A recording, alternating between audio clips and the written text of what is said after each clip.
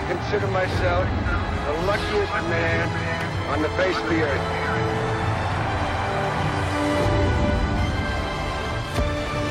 Right, lads. I know there's not a faint heart among you. An untested crew. It's leadership they want. And a legendary captain. Strength. Will take on the invincible. Quick's the word and sharp's the action. Our enemy has more than twice our guns, more than twice our numbers. But they will find a courage. And they will sell their lives dearly. No one can defeat. Captain's not called Lucky Jack for no reason. A hunter becomes the hunted. Well then, it's not a moment to lose. From the courage of one came the strength of an army. For home! And for the prize! Here we go, lads! We should have turned back weeks ago.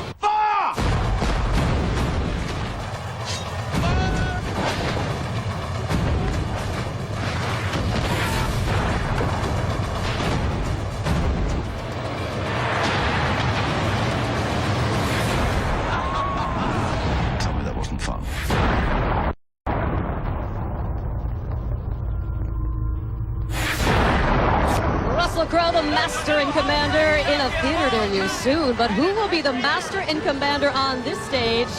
Find out tonight on Fox. We turned up the heat in this World Series, literally.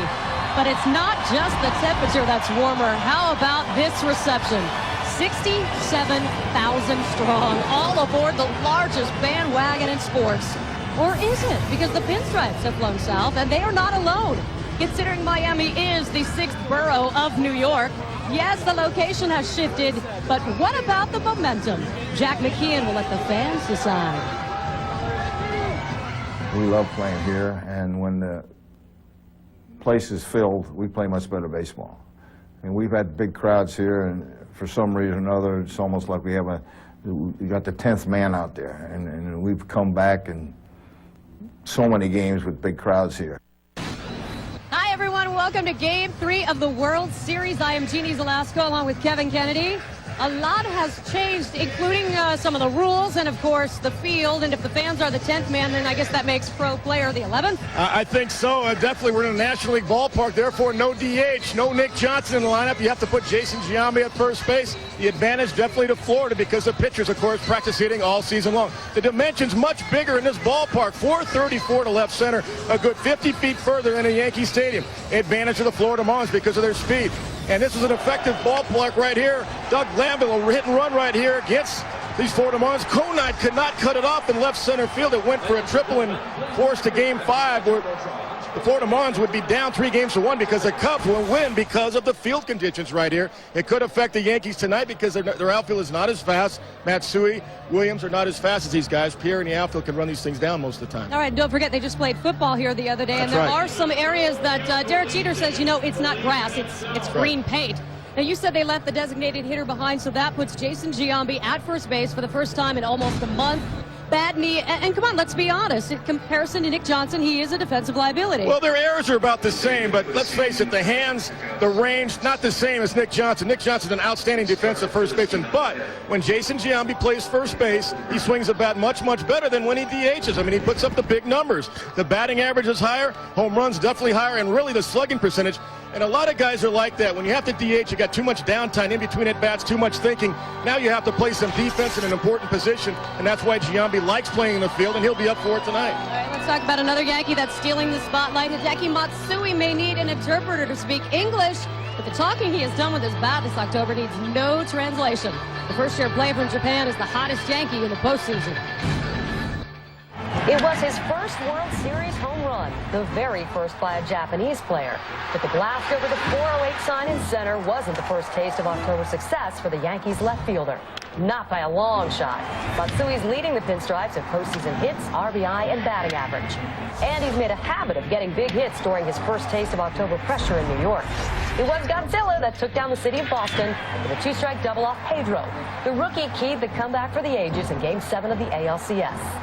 Matsui came to the Yankees with huge expectations. There's the $21 million contract, the monstrous nickname that was supposed to translate into home runs. But the Yankees found something more scary. Godzilla can do it all, including filling a void that's remained in left field. He's the 40th in Joe Torre's reign alone. And now that he's a star on baseball's biggest stage, Matsui's officially earned his stripes. Now, Hideki Matsui, Jeannie, hit 50 home runs in Japan last year. Did not even show close to that over here. Why? Because he hits the off-speed stuff well. They don't have the power pitchers in Japan as they do in the United States. He's going to see a power pitcher tonight. Now, he hit Pedro Martinez's breaking ball for a couple of doubles. He helped get the Yankees right here into the World Series, but he's going to see power tonight. Can he catch up with that 97, 98 fastball with Josh Beckett? And shortly after, 9 a.m. in Tokyo, and you know they are watching. The Yankees have hit the road. Now they need to keep hitting the Marlins to put an end to their 4-game World Series road losing streak. Of course, these Yankees seem to thrive off adversity. Just ask their captain, or better yet, Chris Myers can. Thanks very much. We're with baseball's all-time postseason hits leader, Derek Jeter. And you said earlier in the year this was a different kind of Yankee team. You've been with them through the championship run, yet resiliency has been a constant part of the team. Explain that. Well, you know, I think I'm just stating the facts. I mean, this isn't the team that's won in the years past, and I basically was saying we needed to go through some things as a group, and we've done it this year. You know, we battled in the regular season, we battled back in the postseason, so I have the utmost confidence in this group here. And this would be special if you pull this one off.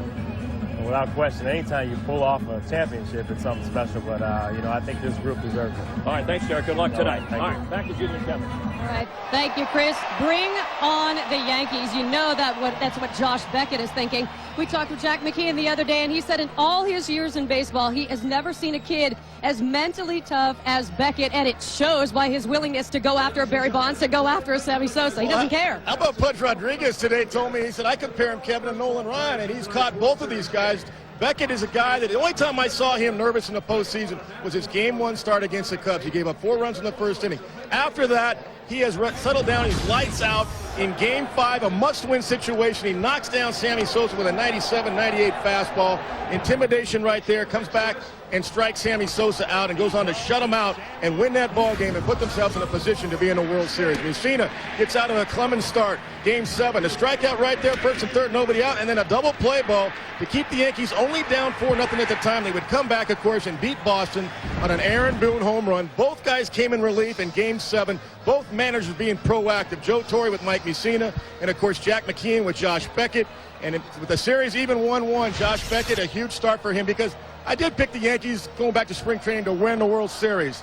And in this series, I thought they'd probably win in 6. Beckett, to me, has to win tonight because I think Clemens is going to be up emotionally with all his friends and family in the stands tomorrow and probably get a good start and win tomorrow night. So I think it's a huge start for Josh Beckett tonight. And maybe finally some run support from Mike Mussina, who's really been the hard luck pitcher for the Yankees this postseason. They haven't been there for him. But let's talk about who is on the hot seat this evening. As you talk to Jack McKeon, he doesn't seem to care who's on the mound. He's going to get anybody out of the bullpen. But you got to believe the pressure's on. This is a must-win night for the Finch. Well, kind of. I mean, but they've been in this situation before, Jimmy. The Florida Marlins have played under pressure for 2 months, trying to chase the Philadelphia Phillies. They caught them. Nobody thought they could beat the Giants. They beat them. Nobody thought they could beat the Cubs. They beat them. I said the Yankees are going to win in 6. Who knows? Maybe they'll beat the Yankees, too. I just think it's a huge start tonight to go up 2 games to 1 with Clemens on the mound tomorrow night. Clemens, by the way, you have a sit-down with him that we will share tomorrow That's evening. Right. While you're sitting down, why don't you grab the phone? Please, could you do that? All season long, Fox Sports and Sprint have been interactive. Tonight, you'll have the chance to make your voice heard. Keep your PCS Vision phone from Sprint handy or log on to foxsports.com to vote. Still ahead, the Marlins left town 8 days ago on a wing and a prayer. They return home National League champions and in a dogfight with baseball's royalty.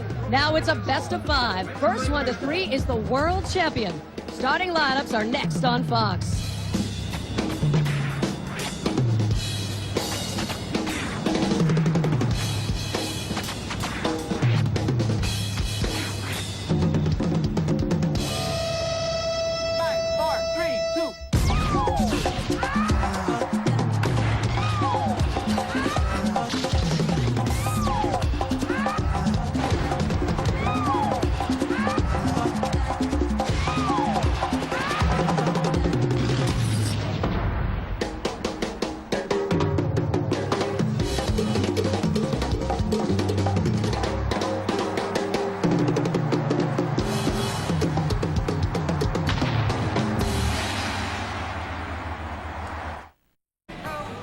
And now, ladies and gentlemen, the starting lineup for the 2003 American League champion New York Yankees.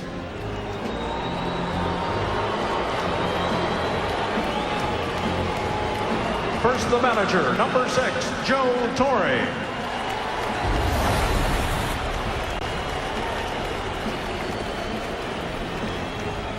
And now the starting lineup for the New York Yankees. Leading off, playing second base, number 12, Alfonso Soriano.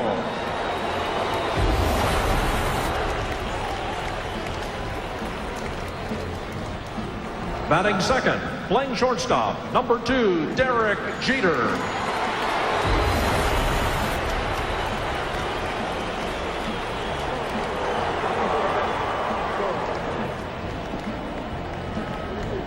Batting third, playing first base, number 25, Jason Giambi.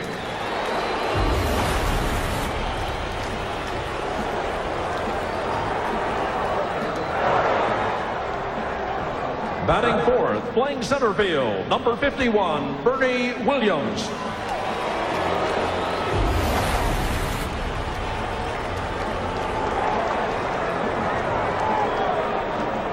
Batting fifth, playing left field, number 55, Hideki Matsui.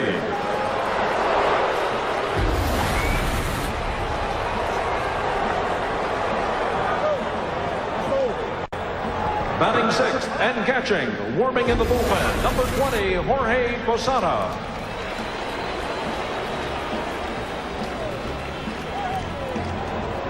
Batting seventh, playing right field, number 28, Kareem Garcia.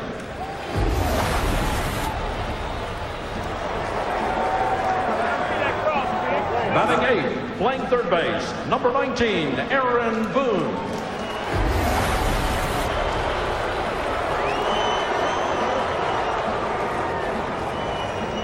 Batting ninth, tonight's starting pitcher, warming in the bullpen, number 35, Mike Mussina.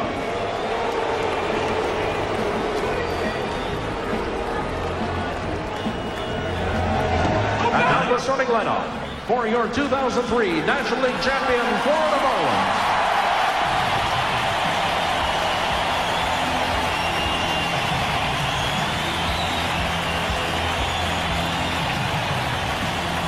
First, the manager, number 15, Jack McKeon.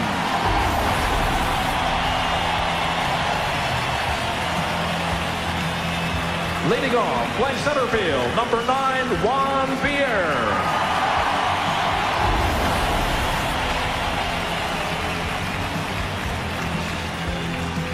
Batting second, playing second base, number 1, Luis Castillo.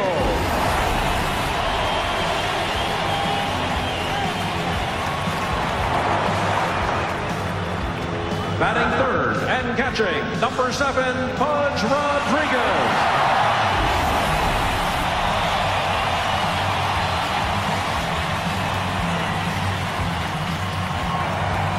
Batting fourth, playing right field, number 20, Miguel Cabrera.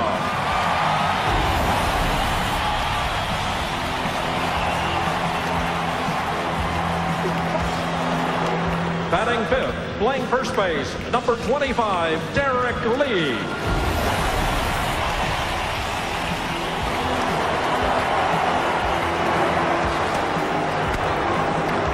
Batting sixth, playing third base, number 19, Mike Lowell.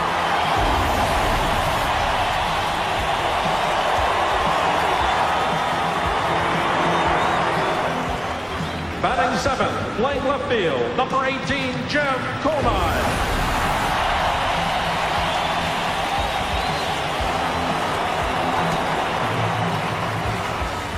Batting eighth, playing shortstop, number 11, Alex Gonzalez.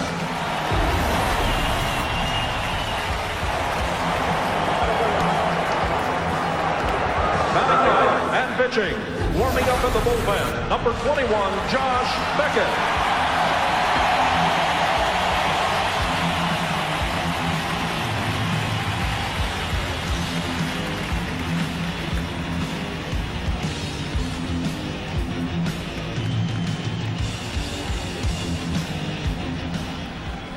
Ladies and gentlemen, we now ask that you please rise and join the players, coaches, and staff in removing your caps as tonight's colors are posted.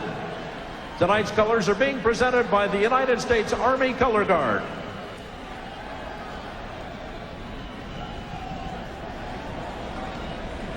And now, with her new CD Unwrapped just released, here is four-time Grammy Award winner Gloria Estefan to honor the United States with the singing of our national anthem. Oh, see, can you see by the dawn's early light what so proudly we hailed at the twilight's last gleaming, whose broad stripes and bright stars through the perilous fight o'er the ramparts we watched were so gallantly streaming, and the rockets' red glare, the bombs bursting in air, gave proof through the night that our flag was still there. Oh, say does that star-spangled banner yet wave o'er the land of the free and the home of the brave?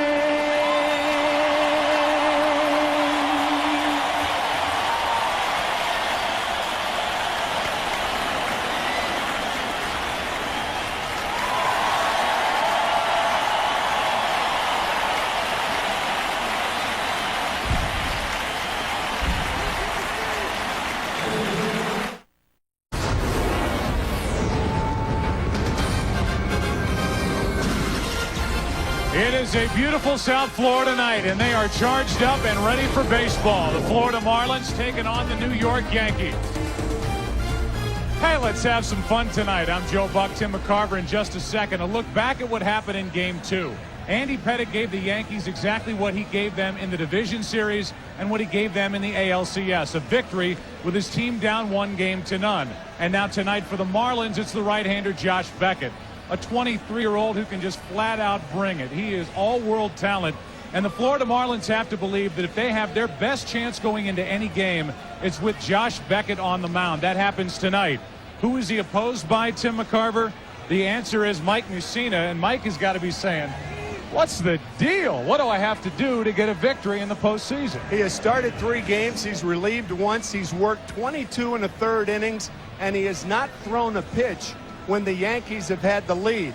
But I agree with you. I think this is a slightly bigger game for the Florida Marlins because Beckett is their ace, and they don't have the established, consistent starting pitching that the Yankees do. Some have called this place the 6th borough. There are a lot of New Yorkers who are transplanted living down here in South Florida. Like when the Cubs were here, the Yankees will have a lot of fans here. But so do the Marlins. 65,000 people will pack in here and get ready along with you to watch Game 3. We were in New York. Now we're in South Florida.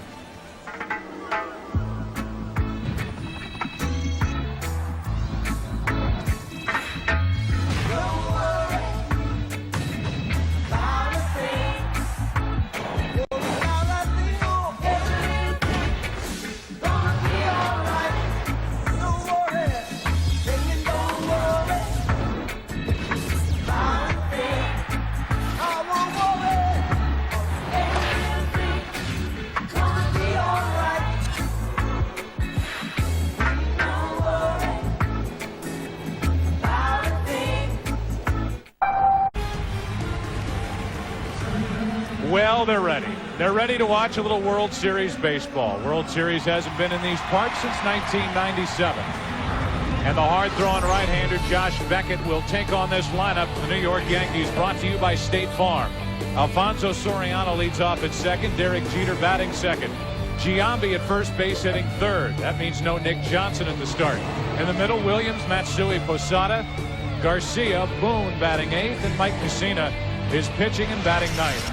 And here is the right-hander, Josh Beckett, who has had blister trouble on that right hand in years past. He had a sprain of his pitching elbow this season.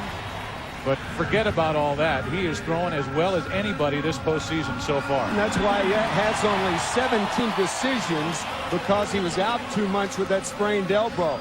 Poised and intimidating. Anybody who saw the knockdown of Sammy Sosa of the Chicago Cubs knows how intimidating he can be. And improving fastball and changeup since coming off that DL and causing the hitters to sway. That means with the fastball and the changeup, swing is not a good thing to do when you're a hitter. You're supposed to wait, get a good pitch to hit, and have quick hands. When you're swaying forward on that change and he can make you do it, that's not good. Tim, I think we should tell him. We should tell him that if any player hits a home run into this group of fans, all of America will receive a free taco from Taco Bell and a free Pepsi on Monday, November 24th from 3 to 6 p.m. local time. All right. Now, we are told that that group will sit together all night. I don't know if any of them know one another, and hopefully they won't scatter throughout the ballpark as this game wears on. Just so you know, I mean, you see them up close. Where are they sitting if you look from this vantage point? They are over 400 feet away, but it's back in a spot close to the line where it's a realistic possibility. Here's Alfonso Soriano. Soriano still in that leadoff spot. Homered in game 2. He struck out 20 times this postseason. He'll try to get it going for the Yankees against Beckett. The 23-year-old from Spring, Texas, grew up idolizing tomorrow night's starter Roger Clemens. He went to high school about 25 miles away from Spring. Soriano had no chance even if he wanted to swing at that pitch with the flash bulbs popping around Pro Players Stadium.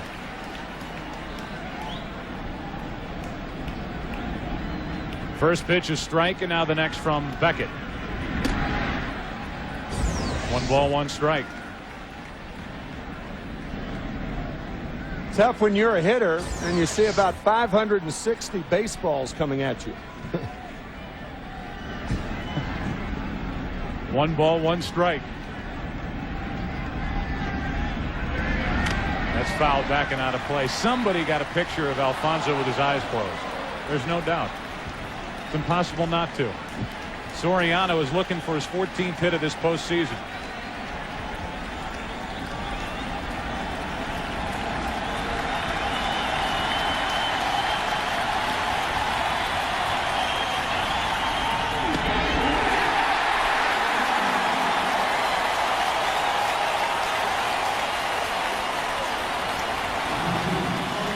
Fastballs to get Soriano. The last one thrown 97 miles an hour. A little tailing fastball over the outside part of the plate. And Soriano has now struck out 21 times in the postseason. Joe Torre has been saying that he's been reaching for the ball too much. That one started outside and came back in on him. And with 1 out, nobody on, here's Derek Jeter. 2 hits in this series. See the numbers this postseason for Jeter on that bottom line. He's 15 for 52. Off the hands, out of play, strike 1. Well, Josh Beckett is as big a reason why the Florida Marlins are in the World Series as anybody down there on that field wearing a Marlins uniform. With the job he did in the LCS, obviously in Game 7 coming out of the bullpen, 3 days after pitching a complete game shutout in Game 5. It's 0-2. First curveball that Beckett has thrown paralyzes Jeter. Dynamic stuff.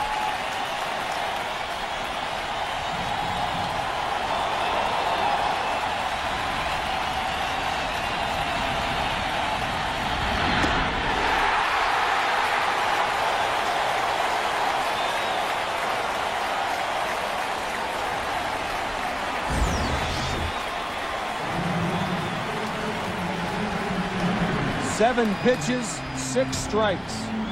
And 2 97-mile-an-hour fastballs, 1 to get Soriano and 1 to get Jeter. He has extra gears with that fastball, that's obvious.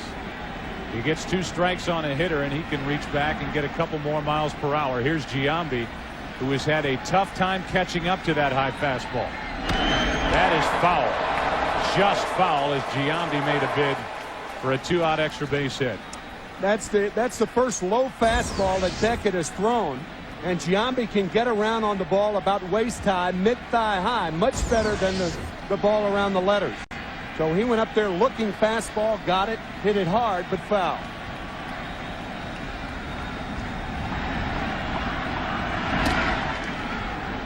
'97 misses off the inside corner, a ball and a strike. Bernie Williams is the cleanup man on deck.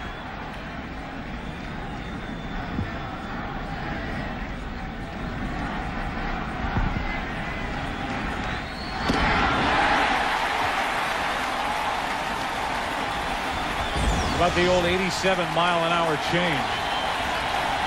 Giambi turning around, asking home plate umpire Gary Darling if there was a strike. He said yes. First changeup of the night for Beckett.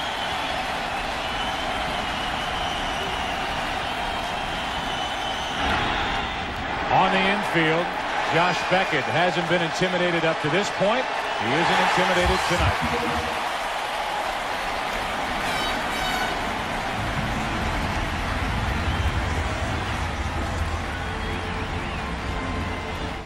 Mike Mussina with an ERA just over 4 in this postseason, but 0-3 with his record. Great work out of the bullpen in Game 7 against Boston on Thursday night. The starting lineup for the Marlins brought to you by State Farm. Pierre, Castillo, Rodriguez at the top. Cabrera, Lee, and Lowell in the middle, with Conine, Gonzalez, and Beckett bringing up the rear. And you and I both agree, and Joe Torre thirded it, that the job Mussina did coming out of that bullpen saved the Yankees' chances on Thursday night. First up is Pierre. Everybody in. Ball one. Mussina with that wide-eyed aggressiveness on Thursday night, coming in with Boston runners on first and third, nobody out, and they did not score. Key inning in that ball game. Went 3 innings, did not give up a hit. That's a strike on the outside corner. The count evens at a ball and a strike. Mussina had been told before that game to be ready, but that Joe Torre would not bring him in with runners on. He said we'd start a fresh inning with Mussina. Plans change. Pierre fouls it out of play. It's 1-2.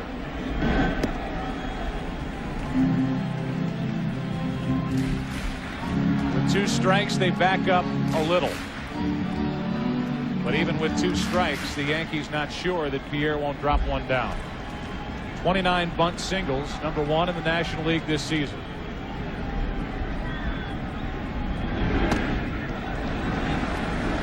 We compared Juan Pierre with the bunting skills of Rod Carew. What a brilliant bunter he was. And in 1969, Rod Carew had 12 2-strike bunt base hits. The 2-2 pitch. Pierre leans back and flies it into right center field. Garcia, Williams can't get to it. Pierre into second. And he's there with nobody out. It is a huge outfield here in Florida. And the change in venue already has an effect. It's a double for Pierre. Kareem Garcia got a bad jump. His first step was back, but when a ball has that much hang time, you have got to make the play. Bernie Williams was playing in left center field. As you can see right there, he's got to go this way. Kareem Garcia took 1 step back, and by the time he got there, it was Williams's play. That could be a huge mistake for the Yankees. So it's a leadoff double. Now the Yankee infield comes in on the corners for Luis Castillo. Tough play for Aaron Boone, the third baseman, because you got such speed on second. Pierre made a break for third and able to dive back in as Posada threw behind him. A little bluff when Mussina brought the pitch to the plate.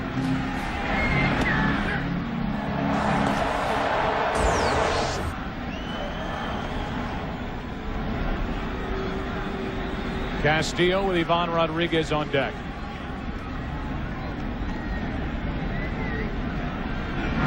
The bunt is foul.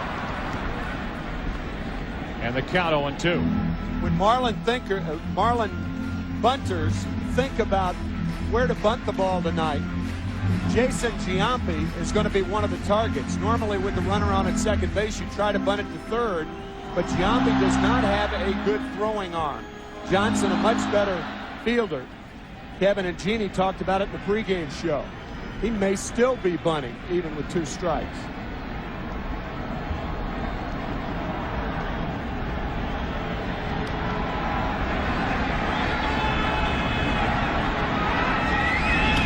Slapping it the other way and foul. Mike Messina, never a fastball only count. He'll throw any pitch on any count. That newly found wide-eyed aggressiveness coming in out of the bullpen against the Red Sox, and an excellent fielder, but he'll have to be with Giambi at first base. Not only does Giambi not have a good throwing arm, but he doesn't have healthy legs. No. He's got a bad left knee. It's been killing him this postseason. It's affected his swing at the plate. Joe Torre's been able to DH him until tonight. Still 0-2 on Castillo. And a big strikeout for Messina, 1 out. A double followed by the strikeout. And Pudge Rodriguez will walk to the plate. Knuckle curveball gets Castillo.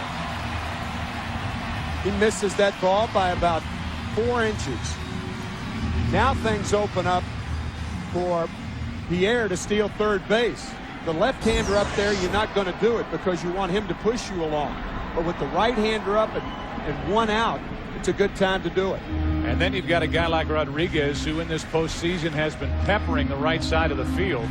Soriano, the second baseman, will try to keep Pierre close, opening up a big hole on the right side for Ivan Rodriguez.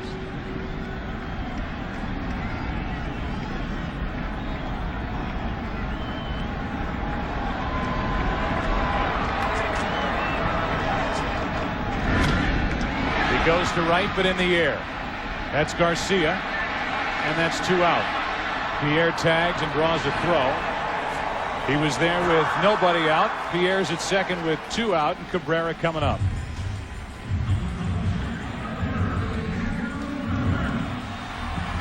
Don Shula in the background as Cabrera walks in. All-time winningest NFL head coach. Checking out the action here tonight at Pro Player Stadium. One of the many numbers retired here in this ballpark, but none have been baseball players. The number they retire, his career win total. The inning falls into the lap of the 20-year-old Miguel Cabrera, who so far in this World Series is 0 for 7. The outfield, when we get a chance to talk about it, should be a big part of the discussion for the next few nights. As Cabrera waits for the first from Mussina. Nice save by Posada. The Yankees and the outfielders, I would imagine, couldn't wait. And they've played here in interleague play, although they didn't do it this year. But these guys, a guy like Matsui in left, Kareem Garcia in right. Bernie Williams is at least somewhat familiar with patrolling that big center field here at Pro Player Stadium, but they have a lot of ground to cover. This ballpark gave up the fewest home runs of any across baseball this season.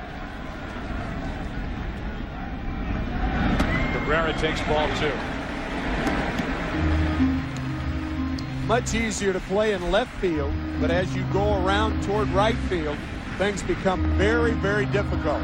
It's 404 feet to slightly right center right there, 434 there. So that's the space that Joe was talking about. Add to that a slick surface. This grass is slick. Cabrera takes ball 3 with Derek Lee waiting on deck.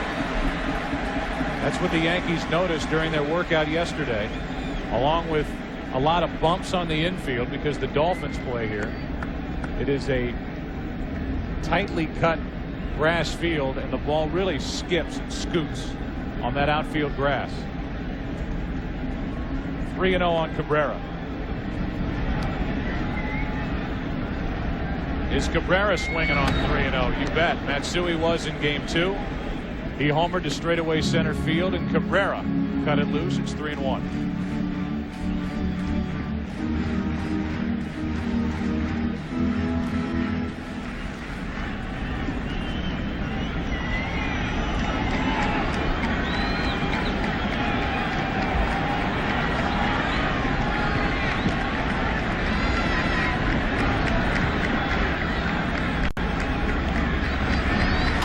Cabrera fights it off to the right side, and the Florida Marlins take the lead in Game 3.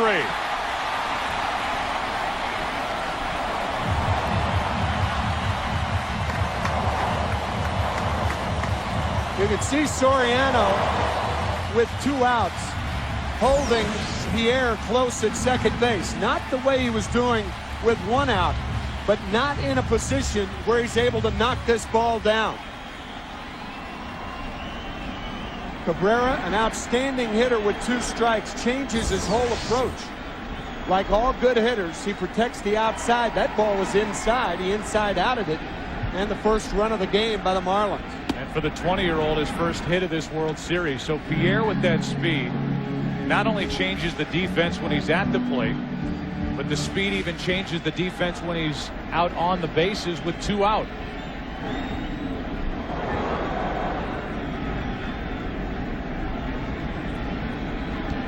No balls, 1 strike. Lee off the plate for Giambi. A flip, and we're going to the second. A fast start for the Marlins here in Game 3. A double by Pierre. A 2-out RBI single for Miguel Cabrera. We're through 1 inning here in South Florida. And the Marlins are on top, 1-0. To the second, a 1-0 Florida lead. Bernie Williams first up, then Hideki Matsui and Jorge Posada against the right-hander Josh Beckett.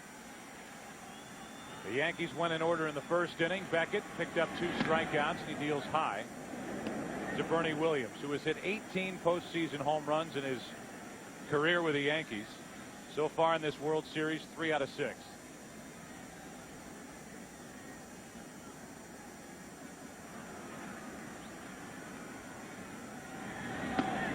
Down and in, 2-0.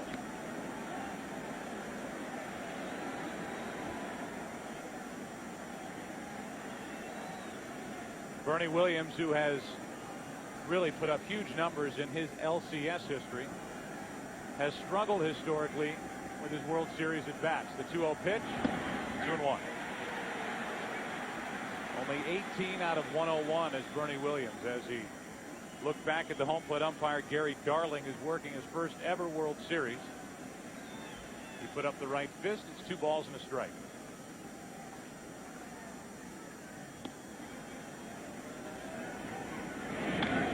Off his hands, back here, 2-2. That term first ever can be applied to the Marlins. Juan Pierre with that double. It was the first extra base hit the Marlins have had over the first 2+ games.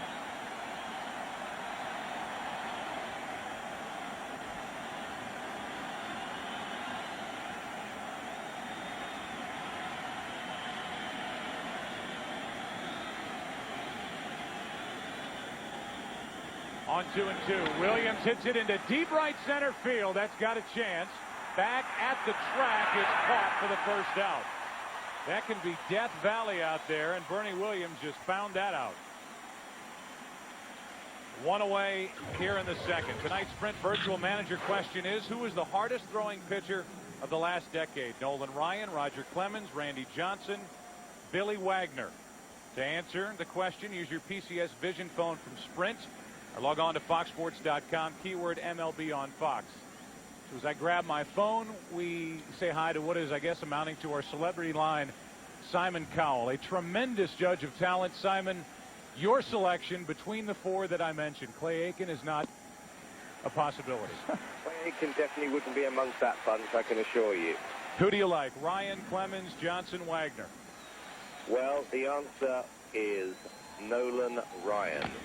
Nolan Ryan from Simon Cowell as a pitch is chopped to Beckett. Out at first is Hideki Matsui. 2 away. Simon, thank you for joining us, and good luck whenever American Idol rolls back into our televisions in the near future. Back in January, beware. All right, Simon Cowell. It's almost intimidating, kind of nerve-wracking to have a guy like Simon Cowell on the phone while we're doing the game. I find myself measuring my words, wondering if maybe I need to lose weight. But we got through it, and we're all anxiously awaiting Simon's next album whenever that comes out. With 2 out and nobody on, Jorge Posada will step in. Good work, Tim. Thanks for bailing on me, partner. Bailing on you? What? Down and in for a ball. We had a guest. Good talk with our guest there. Left me out there hanging all by myself. And now I'd like to sing for you all by myself. 1 ball, no strikes on Jorge Posada. To the right side for Lee. And it's a 1-2-3 inning for Beckett. Bernie Williams put a charge into a ball in right center field. This place the toughest to get one out during the regular season. Cabrera hauled it in after an inning and a half. 1-0 Marlins. Bottom of the second inning, and first up is the former Yankee, if only for a handful of at-bats, Mike Lowell. Only 5 out of 31 in this postseason, but a home run to win Game 1 of the NLCS at Wrigley Field. Off balance, popped up, shallow right. Soriano puts it away, 1 down. Doug Davis is the bench coach for Jack McKeon, and he had this to say after the opposite field base hit by Cabrera with 2 out last inning. Don't worry about that runner. That's a big hole over there. And there it was right there with 2 outs. Soriano paying attention to Pierre at second base. It's funny how the game works. Pierre on a misplayed ball in right center field. Conine goes the opposite way and hits it foul down the right field line. And you have to figure that if Pierre doesn't get that double, then Soriano's in the right position when Cabrera hits the ball to the right side. So technically, the Marlins should be 6 up, 6 down. Juan Pierre floated the ball. It fell in front of Bernie Williams. And with 1 out, nobody on here in the second, Conine takes the ball. Conine is hit in 11 of the 13 postseason games that the Marlins have played so far. And the decision that Jack McKeon has to make without the DH is to put Conine in left, Cabrera in right. That's a foul ball. So just foul down the right side, now just foul down the left side, and Conine, who's playing left with Encarnacion on the bench, just missed a double.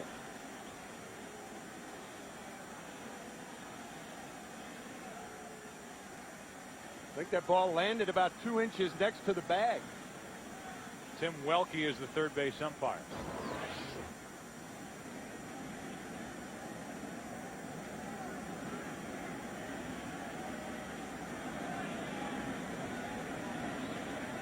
Now the 1-2 pitch. Hammered but foul again. Conine, who has spent years in the American League, very familiar with the stuff of Mike Mussina. He was a teammate of Mussina's. And a guy with more experience against all the Yankee pitchers in tonight's game and in this series. Out there spoiling pitches, still 1-2. We mentioned the home runs that were hit here. Only 121 total home runs hit at this park this season. That's the fewest across Major League Baseball. The power alleys are huge, and center field is a maze out there with the different angles that a center fielder has to play when a ball goes out in that direction. Only 1.5 per game hit at this stadium this season. And that's one of the trickier angles at the park for a center fielder and one for a hitter, where you have to hit it over 430 feet to get it out. Conine just got a piece. You think about the Marlins and the way they've played here at home. They have only 5 losses here since mid-August. And under Jack McKeon, the Marlins have hit 60 points higher than the opposition while playing here at Pro Players Stadium. What a good at bat by Conine.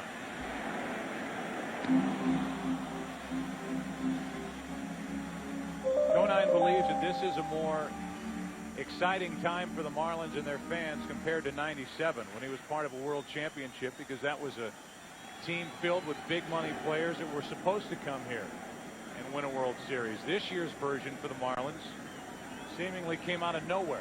Rodine hits it off the end of the bat on one hop to Jeter. 2 out. This year's Marlin payroll, about $53 million compared to the Yankees, $164 million. And there's the highest paid Marlin. $10 million for the season, but only $3 million paid up front, $7 million in deferred money. And he would like to stay here beyond this year, signing a late free agent contract. I was looking down there wondering what the stir was about. That can only be Mike Tyson, as Gonzalez hits it into the left field corner.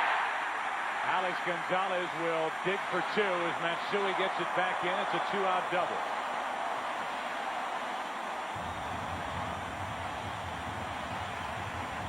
Something neither team is confronted with when they play in an American League park in New York, because your 9-hitter is a potent hitter. But by clearing the pitcher, Alex Gonzalez, it may seem like a meaningless double, but the Marlins get Beckett, at the very worst, get Beckett out of the way so Pierre can lead off the 3rd inning. 2 hits in this postseason for Beckett. 7 hits during the regular season. 2 out and Gonzalez at second. Strike 1. Jeffrey Loria, the owner of these Marlins, and the Hall of Famer Tony Perez on your left. Chairman and CEO of the Marlins after taking over the Montreal Expos and switching franchises, ending up here in Miami. Gonzalez at second as Beckett takes ball 1.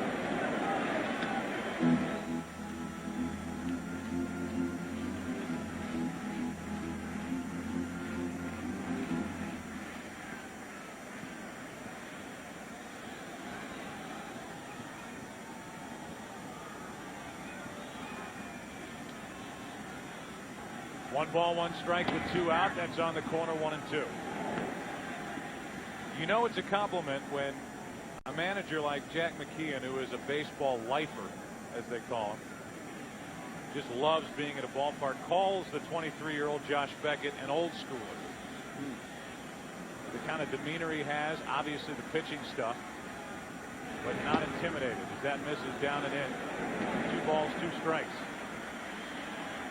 Josh Beckett saying in the paper today that he was actually a little more nervous about getting World Series tickets to everybody and picking everybody up properly at the airport than pitching tonight. The 2-2 pitch. Beckett takes strike 3. Second strikeout for Mussina, and he gets around the 2-out double by Alex Gonzalez. We go to the 3rd inning of game number 3. It's still 1-0 Florida. Marlins back to the field. The Yankees will bat in the 3rd inning. It'll be Garcia, Aaron Boone, and Mike Mussina. Kareem Garcia first up. He's 2 for 2 in this World Series. The numbers in the postseason very good. 6 out of 18, 3 RBIs. He gets the nod tonight in right field. He's kind of platooning now with Juan Rivera, the right-handed hitting outfielder. Depending on who's on the mound. Tonight it's Beckett. A 9-game winner during the regular season. Nasty pitch. Swing and a miss, strike 1. That was a breaking ball, and Josh Beckett starting Garcia out with a pitch that he has not used on the first pitch yet.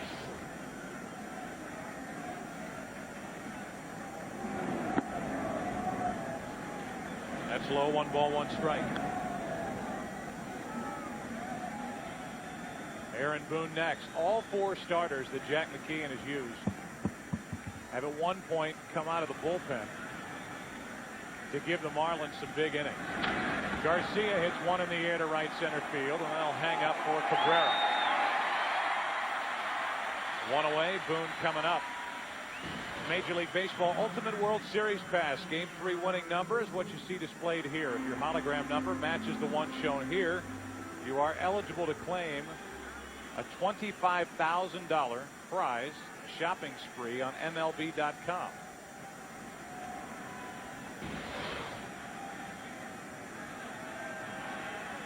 With one out, here's the number 8 hitter, Aaron Boone. And a breaking ball has Boone frozen. Strike one. Aaron Boone has faced Josh Beckett. He faced him when he was with the Cincinnati Reds. He homered against him last year in a game between the Reds and the Marlins. Another breaking ball, that's low, a ball and a strike. It is a relatively short porch in left field compared to the rest of the park here at Pro Player Stadium, but the problem is unless you hit it right down the line, you have to get it up. That's out of play. If it's right down the line, you've got an 8-foot wall. If it's away from the line, you've got to get it over that entire scoreboard, which at the highest point at the top of that clock in left center field is 27 feet high.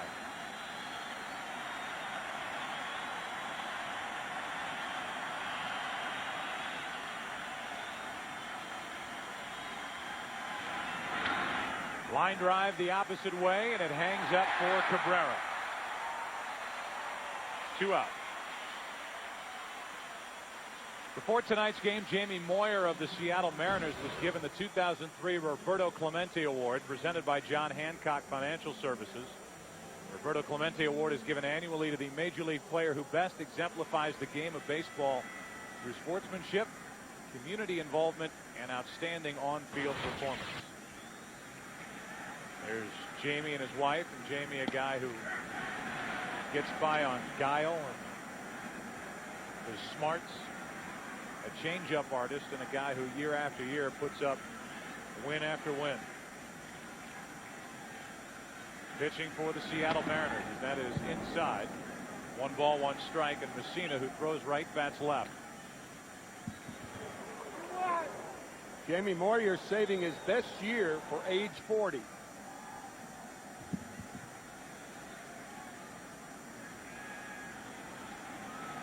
With 2 out, Messina gets a pretty good rip, but he's in the hole 1 and 2. Messina, a career .216 hitter, and he is not without a chance at the plate. You can see that front foot opening up. That's an unusual way to approach anybody. 3rd strikeout for Beckett. That front foot opened up. The pitch was up and away, and Messina could not get there. Down in order go the Yankees for the 3rd straight inning. Bottom of the 3rd inning, 1-0 Marlins. 1-0 Florida. Series tied at a game apiece. Florida won game 1, 3-2 at Yankee Stadium. The Yankees came back in game 2 behind Andy Pettitte and won 6-1. Pierre takes a pitch in the dirt, ball 1. Juan Pierre doubled, quote unquote, into shallow right center field his first time up. Bernie Williams started in the same spot when the ball headed there back in the 1st inning. He is over in left center field, expecting Pierre to slap it the other way. I tell you, a guy like Pierre, with the way the ball skips, if he drove one into right center field that got down and got all the way out to that wall in center field, he'd have a shot at circling the bases.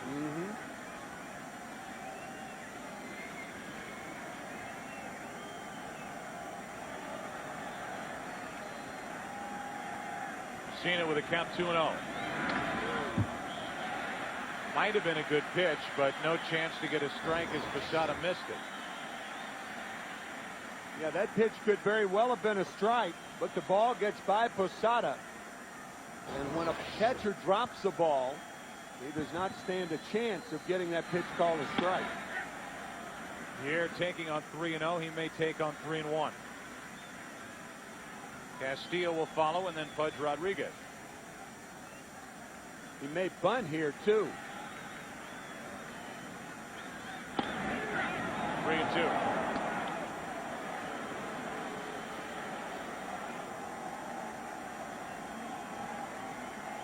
Both sides come into this series with the idea of making the opposing pitcher work. And that's what Pierre's doing now, taking on 3-1, now slapping at it. A guy who was the hardest to strike out during the regular season in baseball. We talked about it the other night. He swung at 1,115 pitches this year and swung through only 67, about 8%. Still 3-2. We'll do that all day.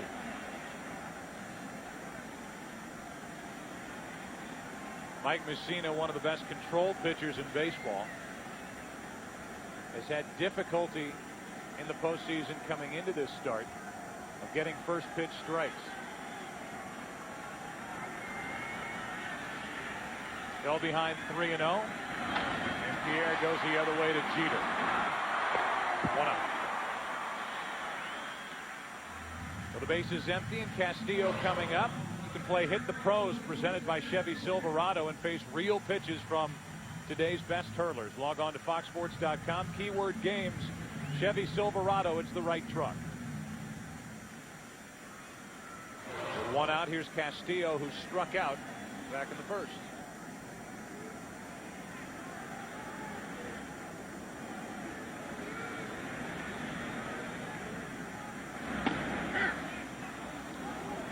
Castillo, a free agent to be, taking on a guy in Mike Mussina, who in his first year for signing a huge contract, a 6-year deal with the Yankees, had a terrible start here right after the All-Star break. It's 0-2, and that start may have cost Mussina the ERA title that season. He finished second to Freddie Garcia of Seattle.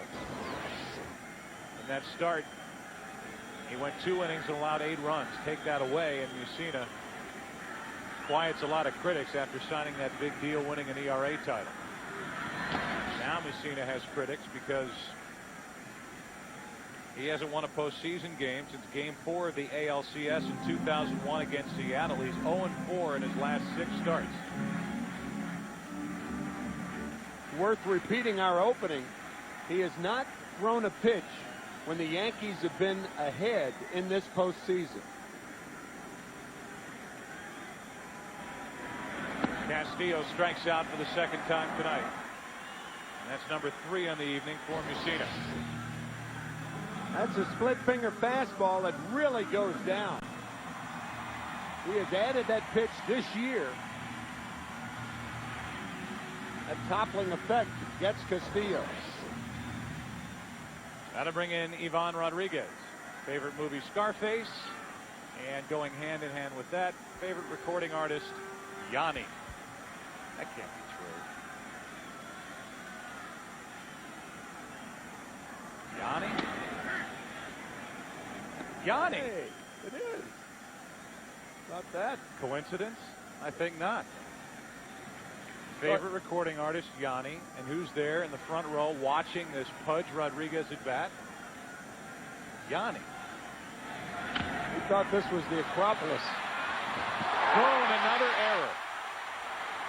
We talked about the infield and how it's bumpy. The Dolphins playing here, but that is error number 5 this postseason for Aaron Boone. Boone made 2 errors on Sunday night, one costing Andy Pettitte a shutout, but waiting back on this ball.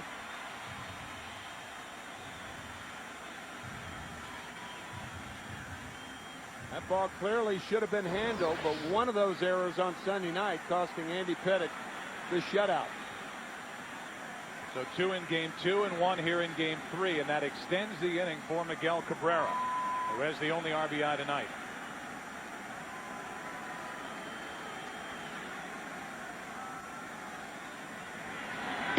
Strike 1. Aaron Boone is regarded by many as one of the elite defensive third basemen in baseball. He made 6 errors after getting picked up by the Yankees at the trading deadline from Cincinnati.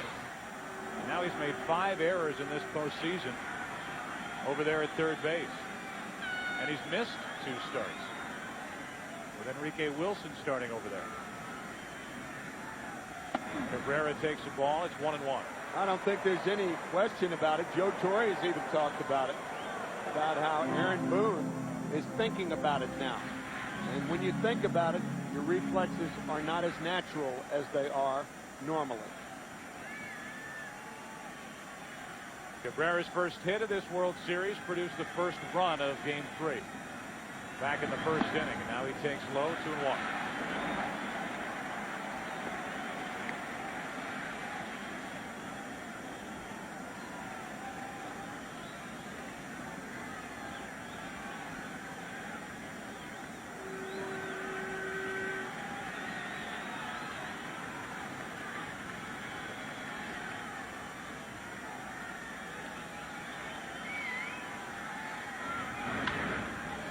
Two balls, 2 strikes.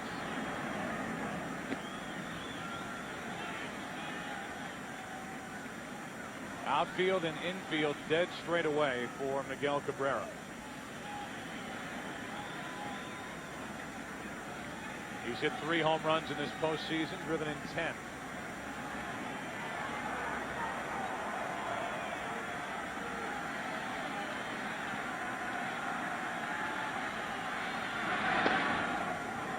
Full count, and the runner at first, Rodriguez, will go.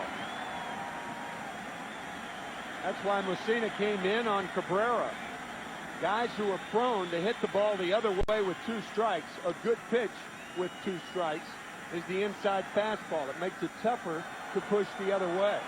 But Cabrera changes his approach with 2 strikes and tries to go to right field. We'll do it again.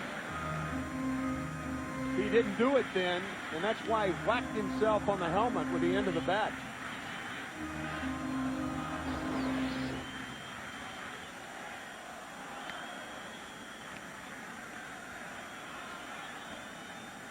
Jack McKeon saying Cabrera is as fine a young player as he has ever been around. And he has had a long list of good young players. 3-2 pitch on the outside corner, struck him out. And Mike Mussina gets around the error. Aaron Boone commits the error at third. Cabrera strikes out. 4 on the night for Mussina. We go to the 4th. 1-0 Marlins. Covered all 7 games of last year's World Series, and they're with us again tonight, providing these beautiful overhead views. Saturn and its retailers hope you're enjoying the 2003 World Series. Down below, we go to the 4th inning, and Josh Beckett back to work. As Soriano off balance with that swing, strike 1. A riding fastball by Beckett struck out Soriano back in the first, came back in on him.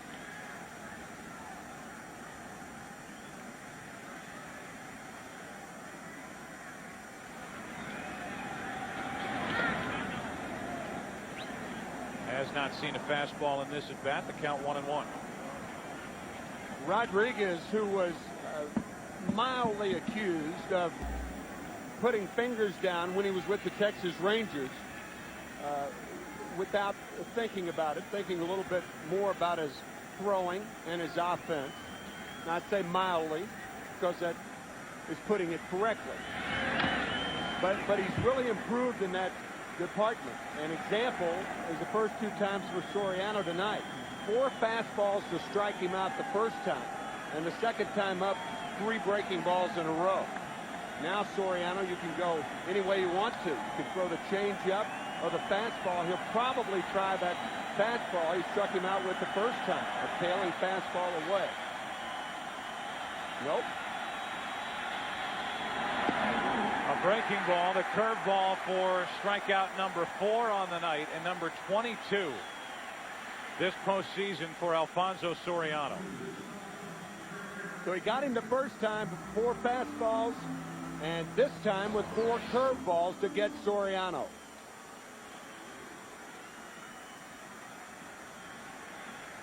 A major league record for Alfonso Soriano with the 22 strikeouts this postseason. And again, like we talk about with the achievements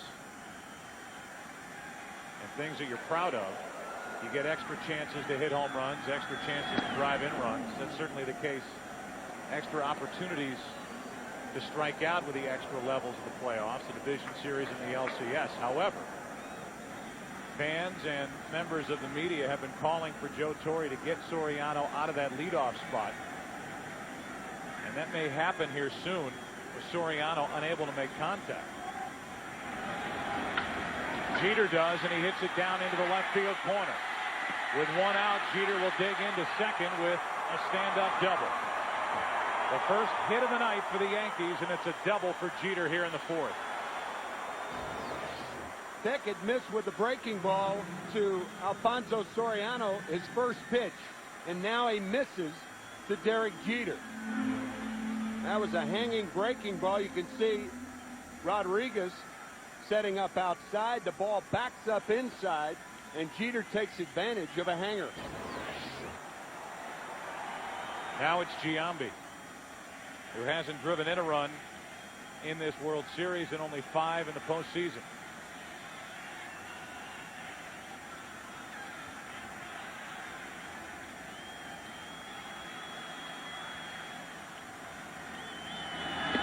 Strike one.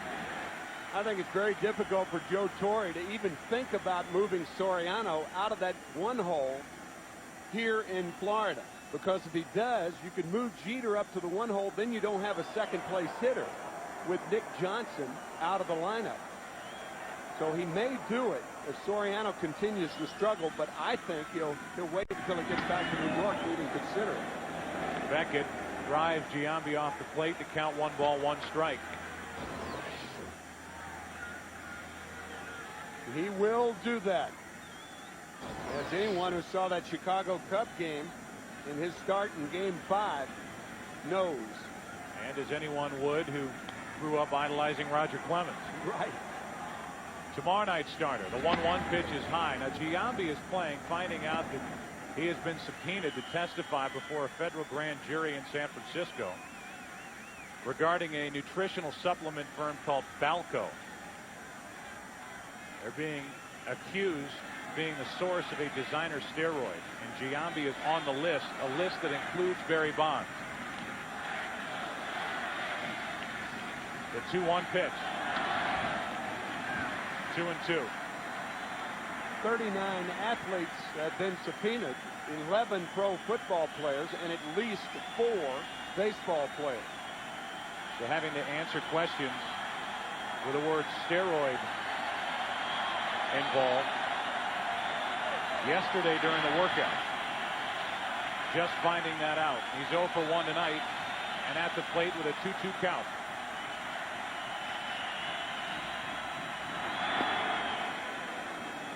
Three and 2 with Bernie Williams on deck.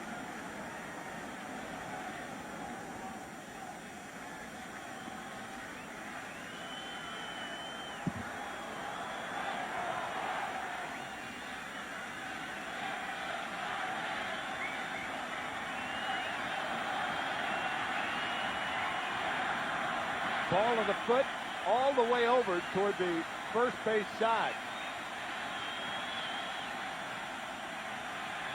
of the pitching rubber. A little high, and it's a walk. It's 2 on with 1 out. That was a very, very close curveball. Catchers are reminded to hold the ball as long as they can to try to entice the strike. What Rodriguez does right there, but it did look a little high. Home plate umpire Gary Darling. Wayne Rosenthal, the pitching coach, disappointed that the Marlins don't get that call, and now Bernie Williams, who hit a ball into right center field that in just about any other ballpark would have left for a home run. That happened leading off the second. Runners on at first and second with 1 out. And this is popped up shallow left. Gonzalez was looking back for Conine. The infield fly rule is in effect. 2 out. When the infield fly rule is in effect, the batter is out, and the runners can advance at their own risk. That's with runners on at first and second, or first, second, and third. Even though the shortstop drifts out to shallow left field, it's got to be a chance, a sure chance by the infield. If that ball didn't, for instance, have a lot of hang time, the infield fly rule would not have been in effect. And now here's the guy who's really been the rock in the lineup for the New York Yankees this postseason. He leads his team in RBIs. He bats with 2 on, 2 out. Hideki Matsui. And since the beginning, when he first got to the Yankees, he has impressed his teammates. He's impressed Joe Torre with the way he approaches at bats, with the way he runs the bases, the way, despite limited range and speed, he plays left field. With 2 on, 2 out, Matsui takes inside. Joe Torre will tell you he doesn't believe Matsui will ever be a big power threat here. He hit 50 home runs last year in Japan, playing for the Tokyo Giants. But he's a guy who would have a difficult time, according to Joe Torre, hitting the ball out the opposite way with regularity. But he knows how to hit. He takes a strike, and it's 1 and 2.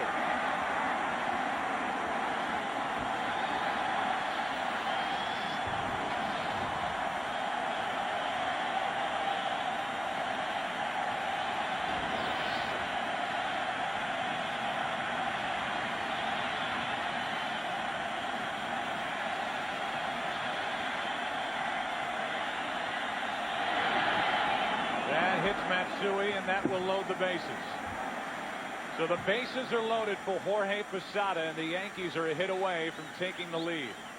Sometimes the curveball has too much bite to it. You can see the tightly wrapped curveball hitting Matsui first on the right foot. It may have crawled up his leg and hit him on the right shoulder too. But it just has to hit you once. So that curveball getting away from Beckett, and Matsui saying he's all right. Now Posada with the bases loaded.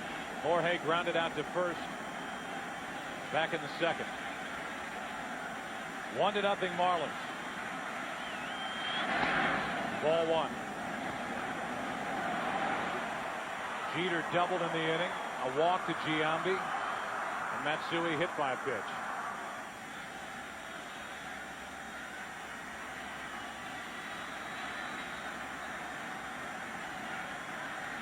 Beckett in his first tight spot of the night. Pretty good rip by Posada, and a 97-mile-an-hour pitch. It's 1-1.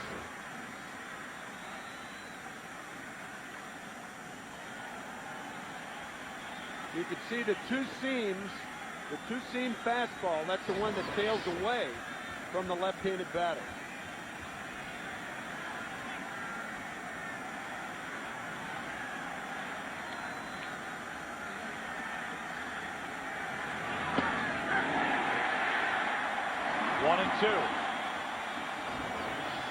Following the fastball with the changeup. And that's what we were talking about earlier, how it can make hitters sway.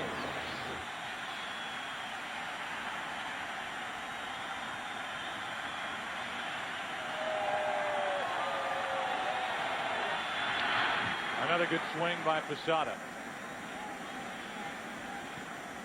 But only got a piece of the 97-mile-an-hour pitch. Posada during the regular season hit 30 home runs and knocked home 101. The switch hitter looking for his first RBI of this World Series.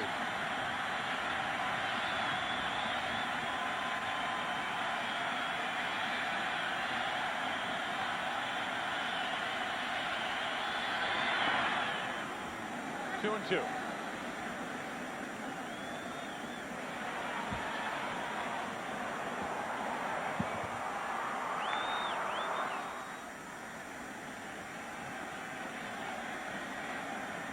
Teams haven't had many opportunities against Beckett in October. Here's one for the Yankees. Down by 1 in the 4th.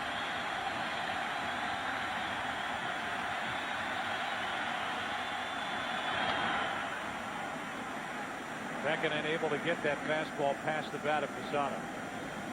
I was thinking the same thing. Almost all fastballs have been in on the hand, and almost every foul ball is in the same spot. Just to the left when he fouls it back.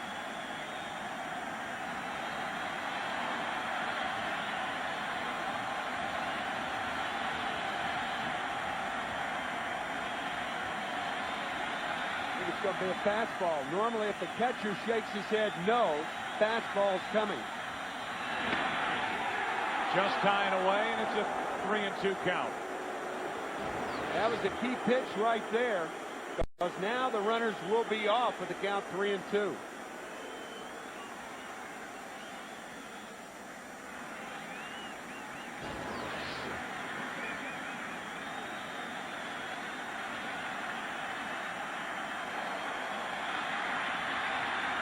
Posada takes ball 4, and it's a tie game in the 4th. And that bench for the Marlins all over Gary Darling, the home plate umpire.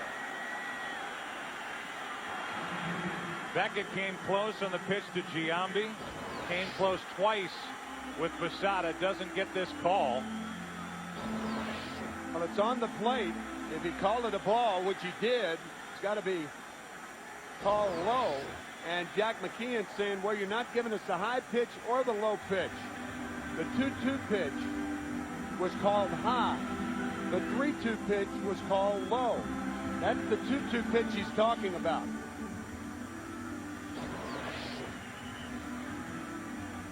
So Rosenthal out to calm down Beckett, and I'm sure Josh Beckett feels he made a good pitch on 3-2. Didn't get the call, and the Yankees have tied it here in the 4th inning.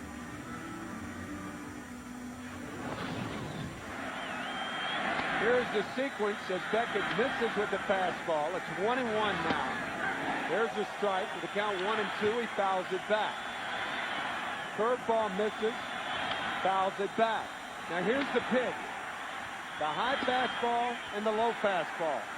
McKeon probably saying somewhere in between there's a strike. But he lost the argument. Garcia late, strike 1. Bases loaded, 2 out, a 1-1 score in the 4th. A little difference in the bat speed between Posada and Garcia. Even at the end of a long season for Jorge Posada, able to get a piece of those fastballs from Beckett. Garcia couldn't catch up. Off the plate, strike 2. That was a feisty at bat by Jorge Posada.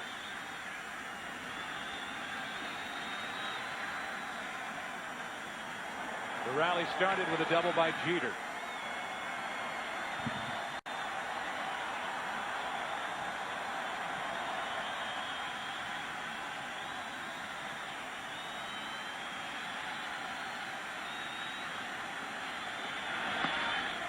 Breaking ball misses for ball 1. Wayne Rosenthal may have jogged out to tell Beckett to forget about that 3-2 pitch to Posada, but looking at Jack McKeon, he hasn't forgotten about it. No.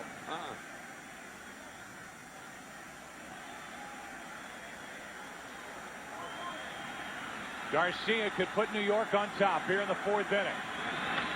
That's to first. Fair ball. Derek Lee. Inning over, but not before the Yankees get on the board.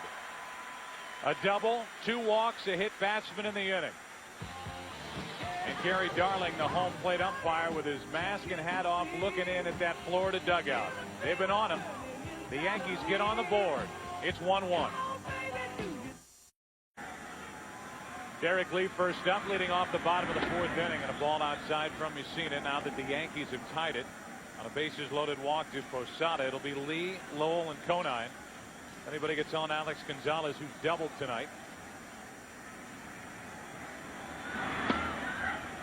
In for a strike, 1-1. Lee, his first time up, bounced to the right side to Giambi.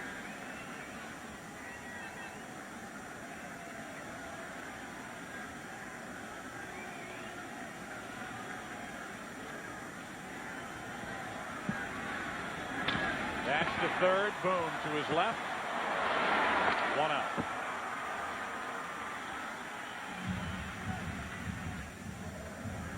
Josh Beckett, after getting out of the top of the 4th inning, is still hot.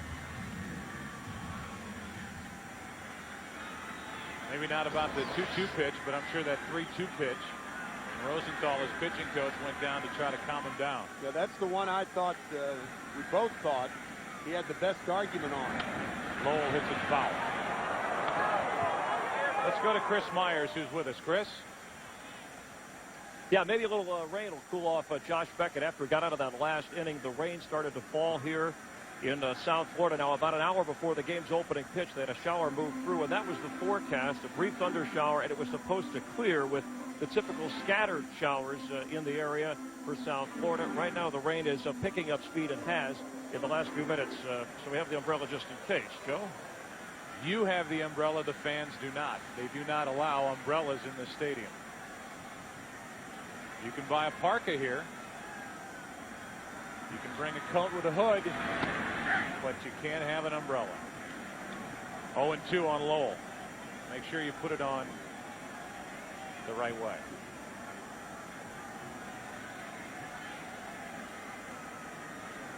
With the rain falling, an 0-2 pitch to Lowell. Got him on the outside corner. Strikeout number 5 for Mussina. Here's tonight's MasterCard trivia question.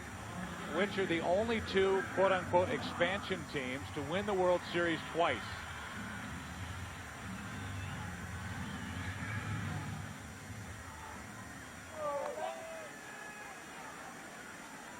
We will not be checking in with Mike Tyson for his answer on tonight's trivia question. Conine swings and misses, strike one. Or Simon, for that matter. Mom and Dad had a great time at the World Series. Really, how are your seats? Great. Who'd you sit next to? Mike Tyson. That's blowing away. 1 ball, 1 strike.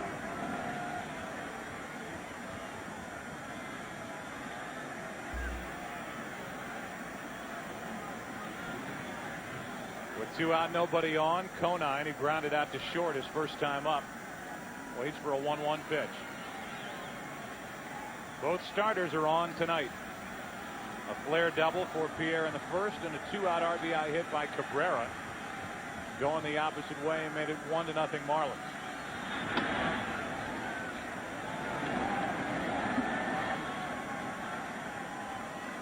Pudge Eyeblack. Yeah.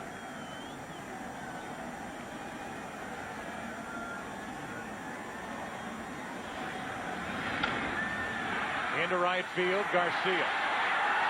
A 1-2-3 inning for Mussina. We go to the 5th. It's a 1-1 game. Game 3 with a series tied 1-1. Back after this from your local Fox station. Aaron Boone first up for New York as we go to the 5th inning. And he pops the first pitch into shallow left. Gonzalez fights the raindrops and hauls in out number 1.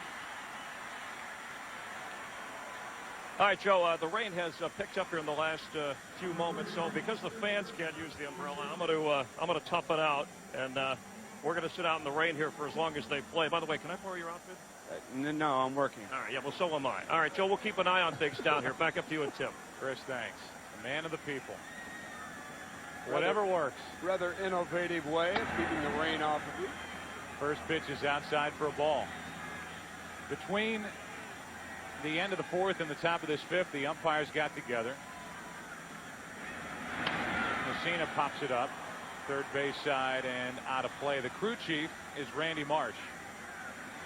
He's out in left field tonight. And he went in and talked to the grounds crew. They're always dialed in with the weather, trying to get the weather report. And just to be ready, the grounds crew took the covering off the tarp.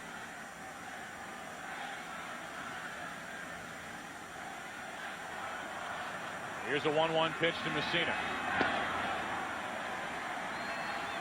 There are those that think when it rains, the only trouble areas are the pitching mound and the batter's box. That's not true. Ground balls to infielders can be a problem.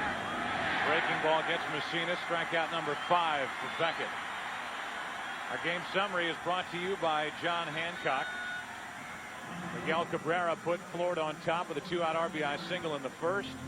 Beckett retired the first 10 batters in order with 4 strikeouts, but he walked 2, hit a batter after a 1-out Jeter double in the 4th inning. One of the walks was a Posada bases loaded walk to make it 1-1. Here's Soriano.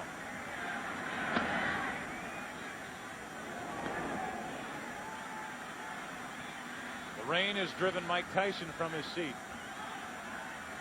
but still stopping for photo ops. Well, if Aaron Boone is thinking about his defense, as much as Soriano smiles, and he is constantly smiling around this Yankee clubhouse and around his teammates, he's got to be thinking about the strikeouts. 22 strikeouts this postseason, a record. And he's set up for number 23.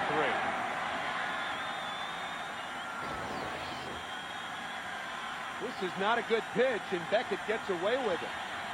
A curveball up and over the middle of the plate. To go with the 22 strikeouts, only 2 walks. And a total of 13 hits. 59 at bats.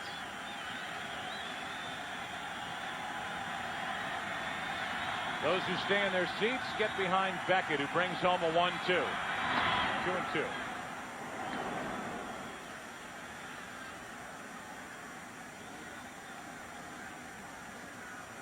The Marlins in their half of this fifth will have the bottom 2. Gonzalez, Beckett, and then Pierre. Sticking the bat out. Beckett, the easy play. And the Yankees go in order in the fifth. Halfway through game number 3. The series tied 1-1 this game. Tied 1-1.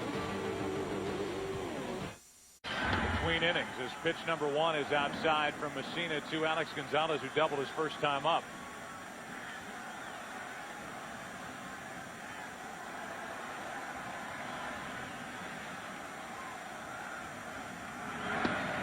A strike. Let's go back down to Chris Myers. Yeah, Joe, I spoke with Sandy Alderson, Vice President of Operations, in the break. It's the umpire's decision whether to pull guys off the field. Right now, they think the field can take this rain.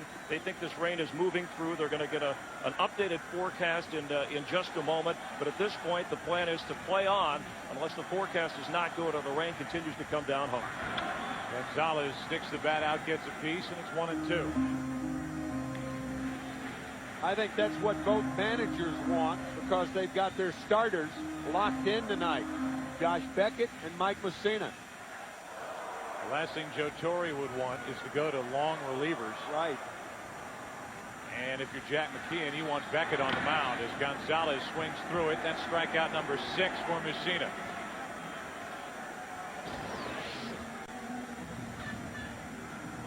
Messina dropping down, and that ball rolling around and staying in the pocket of Jorge Posada.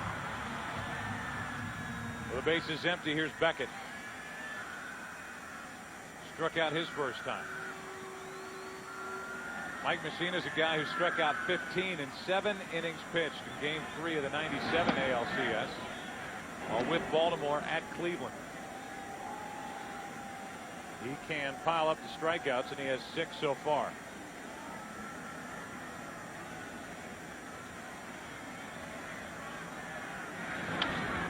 And he has Beckett set up for number 7.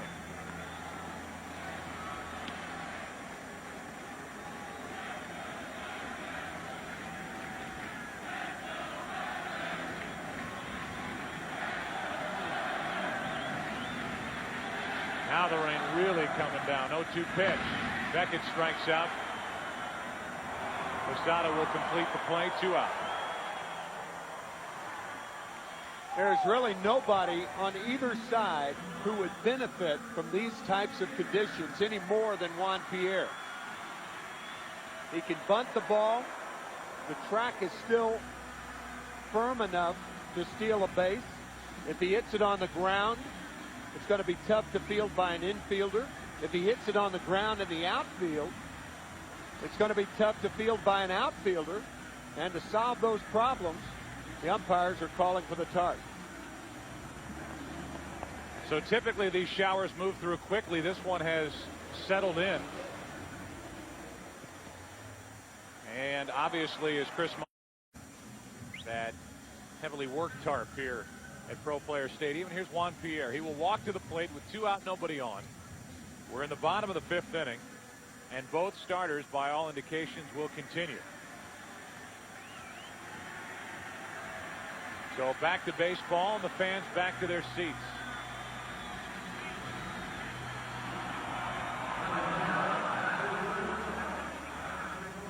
showed you the recap, and it's worth, I think, going back and talking about what we said during our on-camera.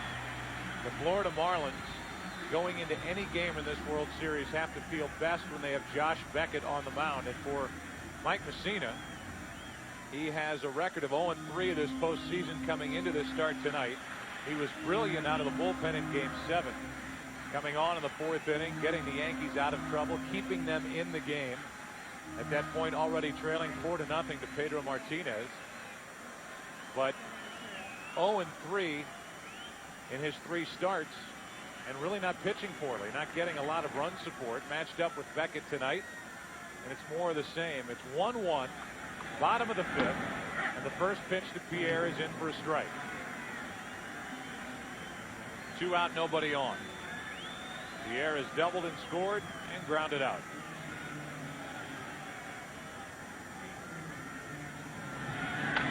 Sticks the bat out and gets a base hit into left field. Just over the outstretched glove of Derek Jeter, 1 on, 2 out. That ball may have been outside. Jeter jumping, timed it properly. Just over his outstretched reach. Remember, Derek Jeter with a separated shoulder on opening day. That ball was 3 inches outside. Well, here's a running situation for the Marlins. But remember, that track has got to be average at best with that topping on it. And there's Pierre. Stumbled a bit at the start. The throw down in time, and the inning is over. A slow start on the break from Juan Pierre going on the first pitch, and he is out stealing to end the 5th inning. We go to the 6th. It is Game 3. The Yankees and Marlins are tied 1-1. Juan Pierre during the regular season stole 65, was caught 20 times. In this postseason, he has stolen 3, been caught 5 times, or actually 4. And here's number 4 as Jeter just sweeps the glove over the left forearm of Pierre before he gets to the bag. It was a fast tag by Jeter, and he really sold it to second base umpire Ed Rapuano. Initially, you thought the hand might have been in there for Juan, but a good quick tag by Derek Jeter. And the Yankees have the 3rd out of the 5th inning. Well, for the Marlins and Juan Pierre, he'll say they fixed that area too late. There was just a slight slide with the left foot by Juan Pierre when he started down to second base. Just slightly by that left foot, right there. And that little slide, and because of that, the grounds crew came out, and they're working on the area by first base.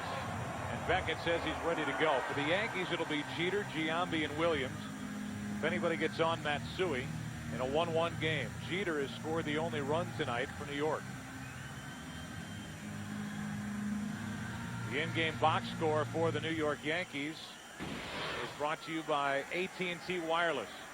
Only 1 hit belongs to Jeter, a double in the 4th inning, and scored on the RBI bases loaded walk to Jorge Posada. It was a 39-minute rain delay. Mussina continued, and now Beckett back out there.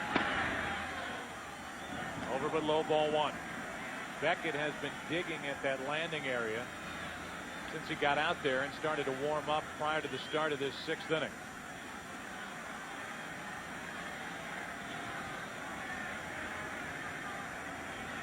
The 1-0 to Jeter. 2-0. Josh Beckett has a different landing area than Mike Mussina because Josh is 6'4". Mussina is 6'1". That is Mussina's right there. That is Beckett's. He's got a longer stride. 2 straight balls to Jeter here in the 6th inning. Jeter's looking for a fastball, and he gets it. Lines it up the middle for a leadoff base hit. Jeter's on to start the 6th inning. Giambi's coming up. We talked about Mussina in the scouting report, saying that Mussina is rarely in a fastball only count. Well, Beckett was in one then. Jeter knew it and gets the 2nd hit of the game for the Yankees, both by Jeter. Giambi tonight has walked and popped up.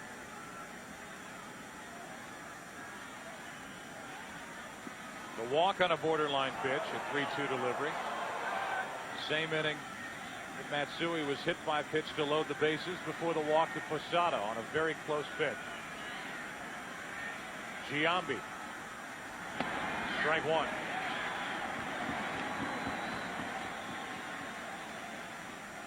People can get obsessed with that radar gun, but after a layoff of 39 minutes, it's something to at least keep an eye on, as Beckett was hitting 97 the first handful of innings. 1 ball, 1 strike. Yeah, well, often the third time through the batting order, you're going to have to change your routine. Tight curveball, 97-mile-an-hour fastball. Third time up for Giambi. Hitters obviously knowing a pattern. That's the worst thing you can get into, any kind of pattern. That's why the imagination and innovation of the catcher comes into play third and fourth time through the lineup. Change up here. On 1-1. And grounded foul outside first.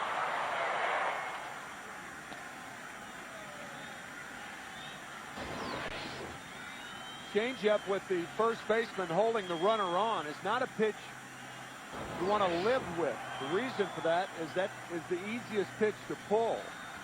So if you're going to stick with a breaking ball, you throw the hard breaking ball. It's tougher to pull.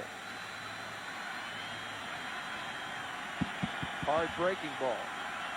On 1-2. Giambi went 1 on, 1 out.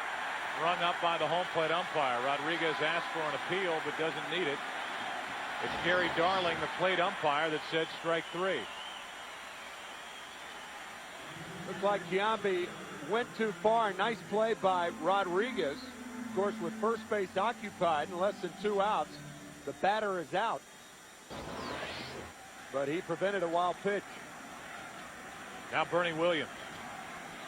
He's flied to deep center. And he's popped up.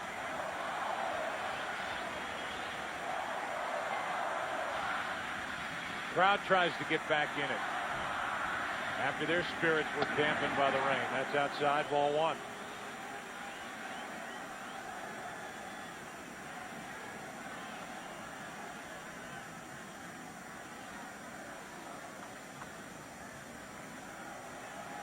Beckett trying to pitch around a leadoff hit by Jeter. The Marlins in the bottom of the 6th inning will have Castillo, Rodriguez, and Cabrera.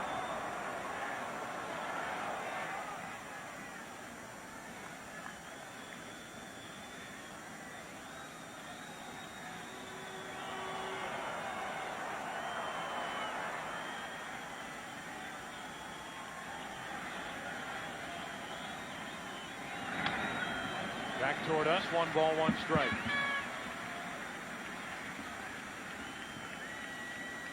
Hideki Matsui on deck.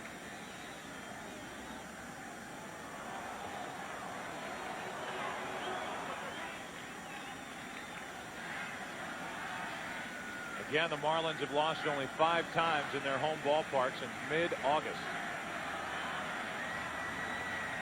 Rolling through September and pulling away from the Philadelphia Phillies, their main competition in the wild card race. 92 miles per hour and a 1 ball, 2 strike count on Bernie Williams.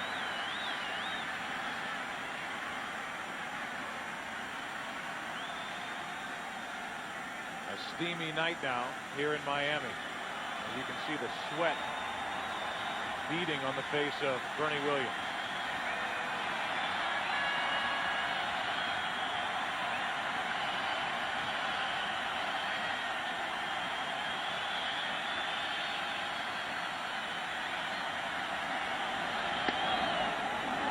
Too high, 2-2. Joe Torre does not like to send the runner with Bernie Williams batting. So it's 2-2. He will wait for the count to be 3-2 in all probability before he sends Jeter. And Jeter does have the option of running on his own.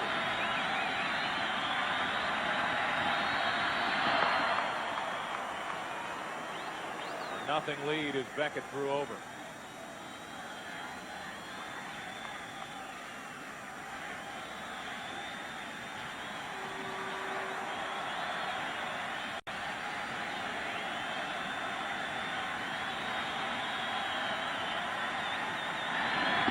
Got him on the inside corner, 2 outs, 7 strikeouts, and Bernie Williams is hot. You rarely see that. I think on that instance, it's because Bernie Williams was not looking for the curveball. But that ball clearly went over the plate above the knees of Bernie Williams. Now, Rodriguez caught it low, and I think that's what Bernie was complaining about. But that has nothing to do with it. It's where it crosses the plate. Now Matsui. Hit by a pitch his last time up. Grounded back to the pitcher in the second. That's about as much emotion as you'll see from Bernie Williams on the field as that pitch is high. Matsui was the 2000 MVP in the Japan World Series. He hit .381 with 3 home runs. He homered in Game 2, a 2-out 3-run shot in the first inning. And that easy to overlook double in Game 7 against Boston on Thursday night. That's outside 2-0. A big inning coming up for Messina in the bottom of the 6th with Castillo, Rodriguez, and Cabrera coming up. Beckett trying to keep it 1-1. 3-0 with Posada next. Hideki Matsui hit a 3-0 fastball out of the ballpark at Yankee Stadium on Sunday night with 2 aboard in the first inning. I would imagine Joe Torre will give him the hit again.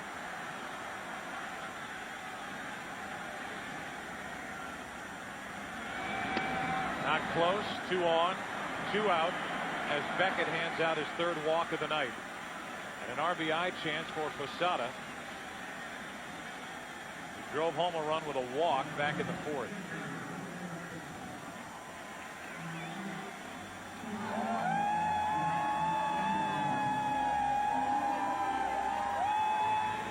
Talking about changing patterns, I would imagine that's what Rodriguez is talking to Beckett about. Jorge Posada saw 7 pitches his last at bat, and he fouled back 3 fastballs with good rips.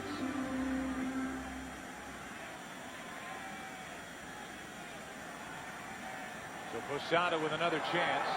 2 on and 2 out. Jeter the lead runner. Matsui the trailer at first.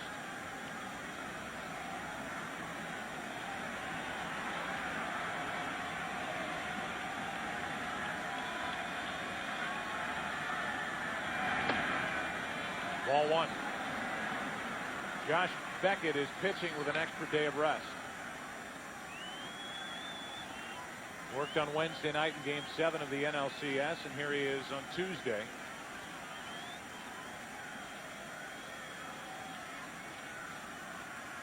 Good ERA of under 2.5 here at home this season. A 1-0 pitch. Off the plate. Gonzalez to second to end the inning. A hit, a walk in the inning, and 2 left. The Yankees have stranded 5. The 2, 3, and 4 hitters coming up for Florida. We're still tied 1-1. Luis Castillo will try to kickstart this Florida offense. Mike Messina back to work. He has been outstanding tonight. His pitch is just inside ball 1. Castillo, then Pudge Rodriguez, and Miguel Cabrera. Castillo has struck out twice.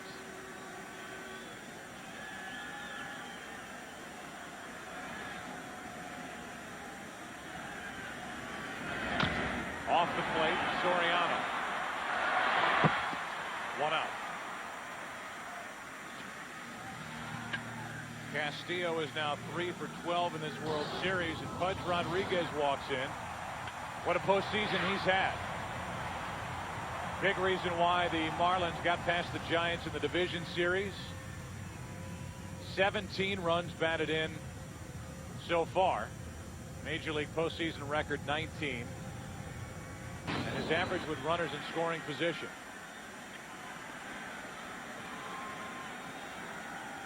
And And how often does a guy make as big an impact as Rodriguez, both swinging the bat the way he has and defensively with his work behind the plate?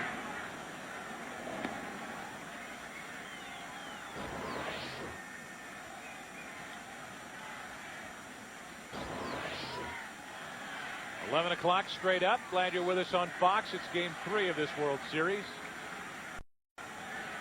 Joe Buck and Tim McCarver with you as Rodriguez hits one in the air to left. That ball is back for Matsui and off the wall. Rodriguez will cruise into second with a 1-out double.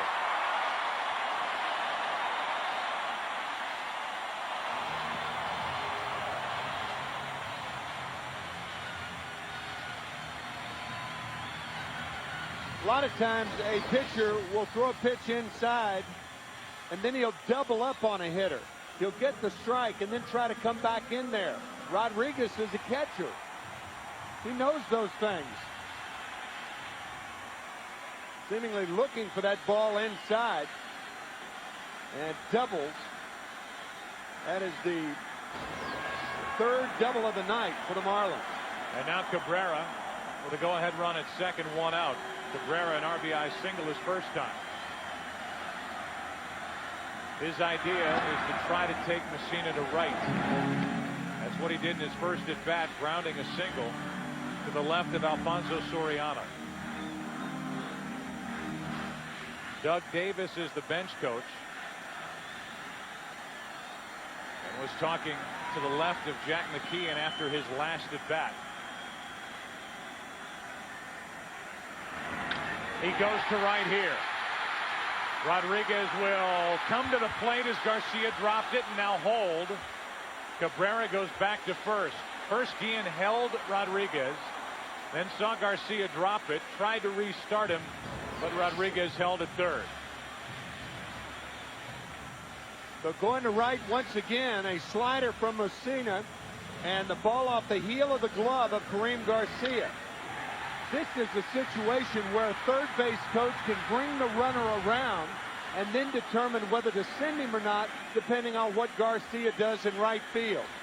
Garcia took his eye off the ball, dropped it, but Rodriguez had stopped right there, and it's too late to start again. He's looking at the base runner instead of the ball off the heel of the glove, but the Marlins don't take advantage of it. Now it's Derek Lee. A check swing foul. Doug Davis had this to say after the second at bat by Cabrera. It's the scouting report on Messina for the Marlins. Yeah, he's got the right approach off of this guy. I mean, you got to take him to right field. If he hangs those curveballs, you can pull him. If you try and pull him, he'll roll over ground balls all day long. He doesn't show you much inside. No rollover here. First and third, 1 out. And a check on the runner, Cabrera, who did not steal a base, has never done it at the big league level.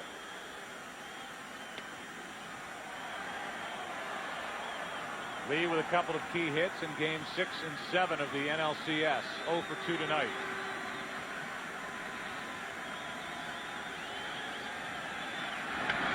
Fights it off, out of play, 0-2, and Messina, who struck out 7, needs number 8 here. Tides up Derek Lee with that inside fastball.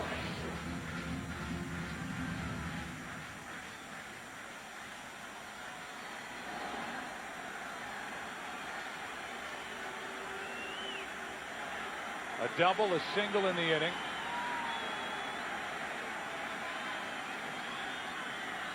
The 0-2.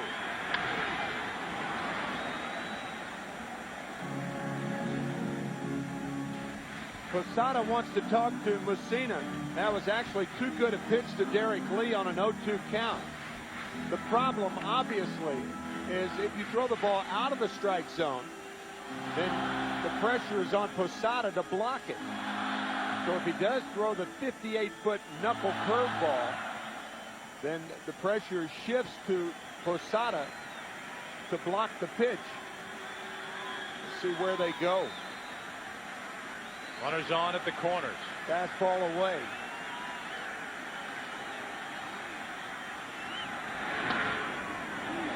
1-2.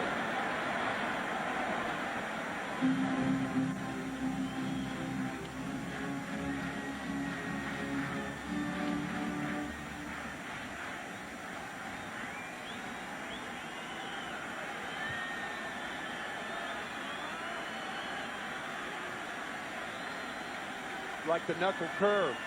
Got to be down. And it's ripped. Foul. Almost picked off Pudge Rodriguez over at third. And Tim Welke called it correctly. It was foul. That's why you lead off the bag in foul territory. That way, if it hits you, still hurts, but it's a foul ball. If you're in the baseline and the ball hits you, then the batter is out. It's like a knockdown pitch. A quick turn by Messina. See if it was fair or foul. It's still 1-2 on Derek Lee.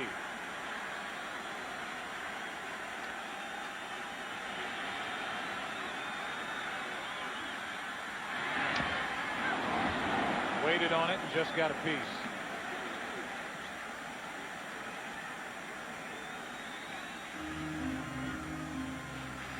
Messina and Posada trying to figure out a way to rack up Messina's 8th strikeout of the night. The infielders on top of that look for the double play ball. If it's hit, they're shortened up, hoping to turn 2.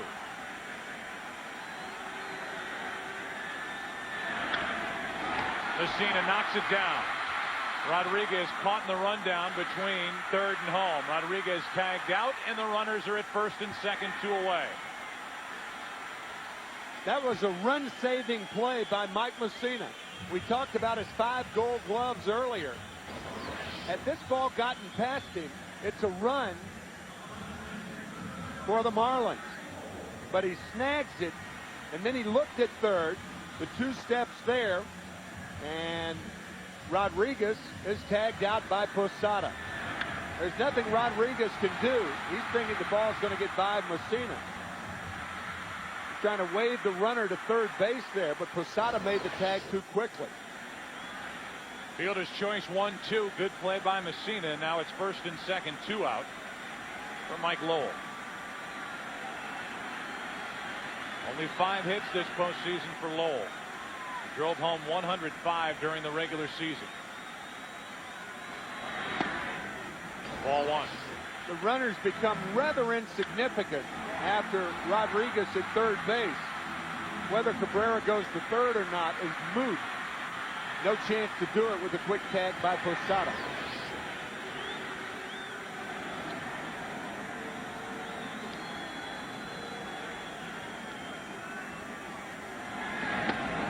They called Lowell in the New York papers the one that got away. Of the deals that have been made, Lowell was traded here to the Marlins for 3 pitching prospects, none of which made any sort of addition to the Yankee team. Coming off his best season in the big leagues. A broken left hand cost him the final month of the regular season. On the outside corner, it's 2-1. And he still led the Marlins in RBIs.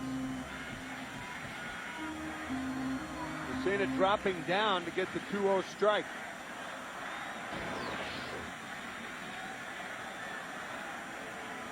That protection on the back of the left hand for Lowell. Played 8 games with the Yankees in '98. And in February of '99, he was traded.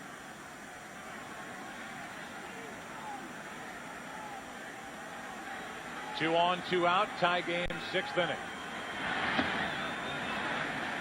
Ball 3 with Conine on deck.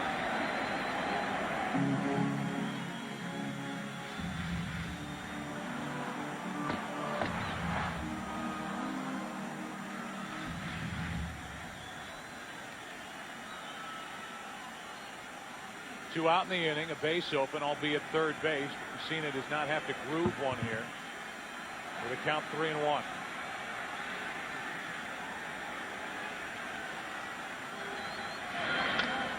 Lowell pops it foul, strike 2, and the runners will go.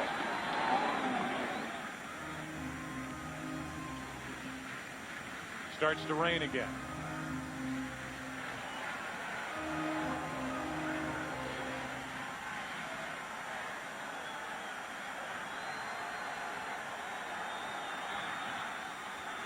Messina trying to get out of trouble.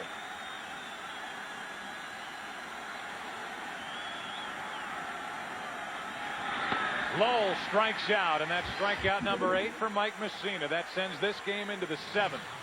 The Yankees and Marlins, a matchup of Messina and Beckett, tied 1-1. Back after this from your local Fox station.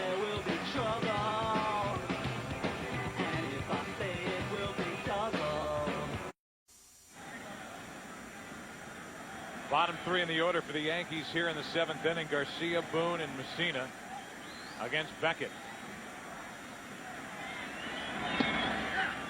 Strike 1. Garcia left the bases loaded his last time up when he grounded out. After the walk to Posada tied it at 1.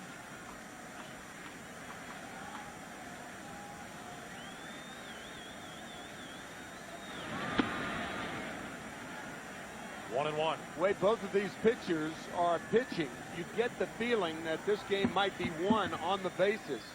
It's starting to rain again. It's wet in the infield. It's wet in the outfield. Hitters should be alert to take the extra base. Garcia flies to center for Pierre. 1 out. Pepsi fan cam here in the 7th inning. Serena Williams, Jamie Moyer got the Roberto Clemente Award before tonight's game. A big fan.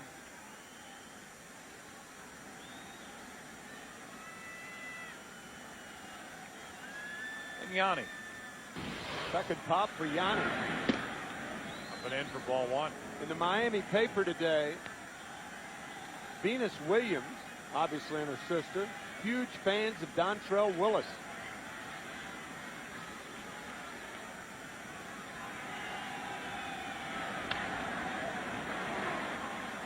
Venus seeing as Jeff Nelson is warming, perhaps we've seen the last of Messina. But Venus Williams seeing 3 playoff games against the Chicago Cubs. All 3, and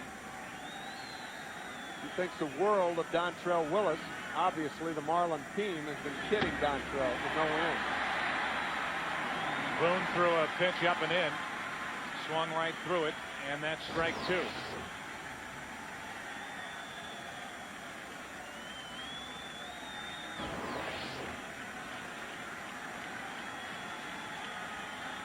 Dontrelle Willis in the bullpen for the Marlins as a breaking ball misses. 2-2.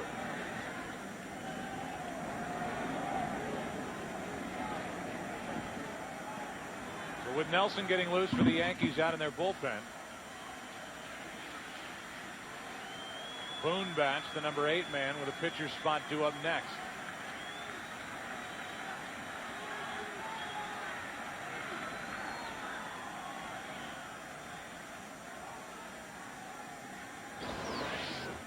Beckett did not have hold of the ball, or there was something wrong with his stride. I think it was the stride. You mentioned it last inning, Joe. A different stride from Mike Messina. The 2-2 to Boone. Chris Myers are down on the field, and the rain is back. So for the 3rd time today, it's raining here at Pro Player Stadium, but not as hard as it was before when we had the 39-minute rain delay and the tarp was out. At this point, it looks like it may be moving through, but we'll keep an eye on the shower, Joe. Okay, thanks. 2 balls, 2 strikes. Another one up and in, full count. You wonder if the offensive situation will dictate to Joe Torre as to whether he makes a pitching change. So far, Messina has been pretty much in command of this game, going through 6. His spot on deck, and a breaking ball, a beauty, freezes Aaron Boone. 2 out.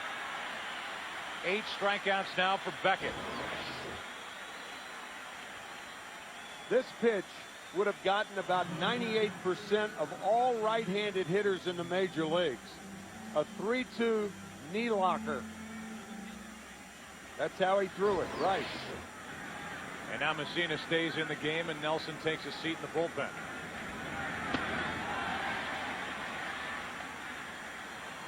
Mel Stottlemyre, the pitching coach, on the phone out to the bullpen. Messina tonight, pair of strikeouts.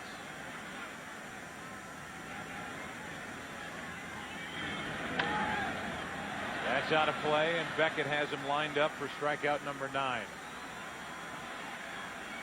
The Marlins in the bottom of this 7th will have Conine, Gonzalez, and the pitcher Beckett.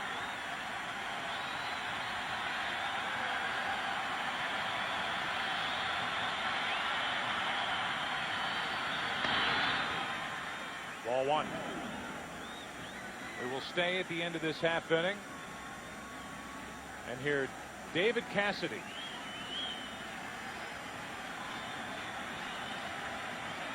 He will sing in a few seconds. Strikeout number 9 for Josh Beckett. He rolls through 7. He's allowed 1 run on only 2 hits. But Messina's been almost as good, and in the run department as good. 1 run allowed on 6 hits. 7th inning stretch. Let's all join. Some of South Beach that we were showing you, and down from Tampa, George Steinbrenner watching this one as Conine gets set to lead it off in the bottom of the 7th. Gonzalez and Beckett will follow, and there is action now for the Marlins in their bullpen. Rain still falling, and Conine fouls away strike number 1.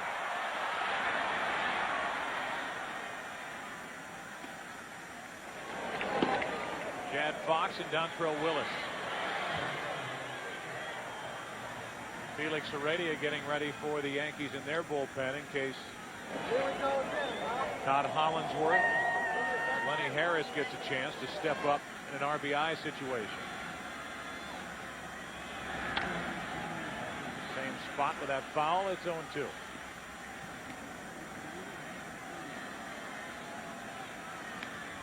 It wasn't raining much harder than this when they pulled the tarp on the field, and we had a 39-minute delay. The cover has been removed from the tarp. The 0-2 to Conine, leading off the 7th, ball 1.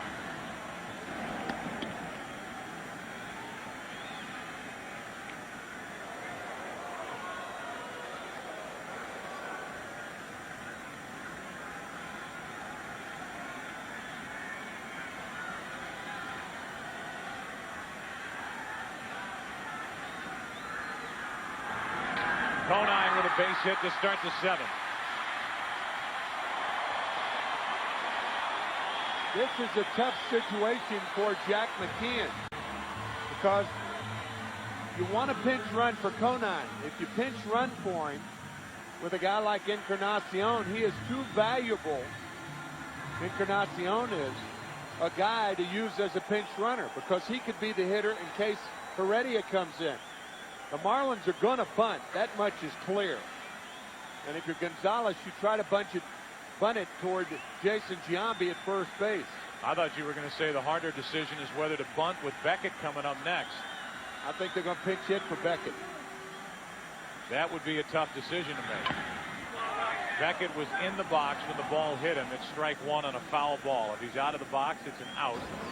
With the way Beckett is throwing, I'm sure Jack McKeon hesitated somewhat, but they are going to bunt. It appears with Gonzalez and Dontrell Willis now is the only reliever getting loose for the Marlins in their pen. I think the only way Beckett stays in this game is if Gonzalez fails to bunt him over. Then perhaps McKeon leaves Beckett in the game to bunt him over. That's strike 2. Just jabbing at it is Gonzalez. It's 0-2.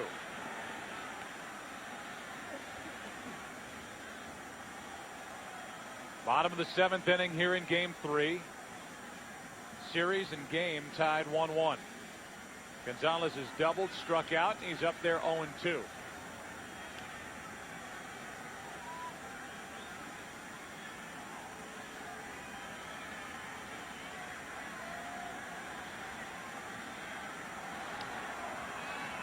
Conine a leadoff base hit.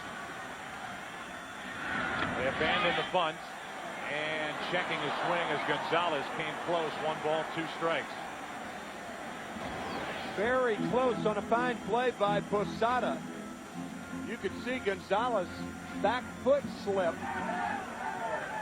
The Yankees wanted the strike call. It was very, very close.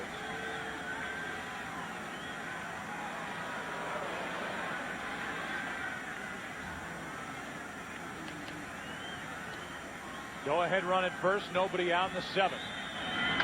Gonzalez pops it up to the right side. Giambi. 1 on, 1 out. Gonzalez fails to advance the runner. Beckett, because of that, as you called, will stay in the game and come to the plate. It'll be up to Beckett to try to advance Conine to second. Beckett with 5 sacrifices on the season. And now the Dontrell Willis and the right-hander will sit down in the bullpen.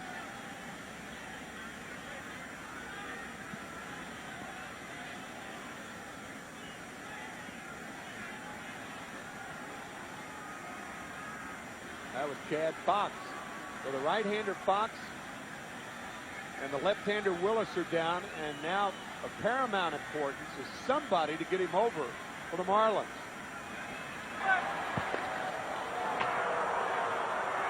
Giambi playing first base for the first time in this postseason. Not moving around well on that left knee of his. Holding against Conine. See if Beckett tries to push it toward the first base side. Strike 1.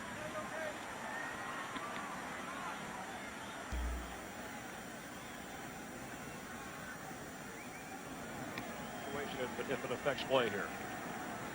We only caught the tail end.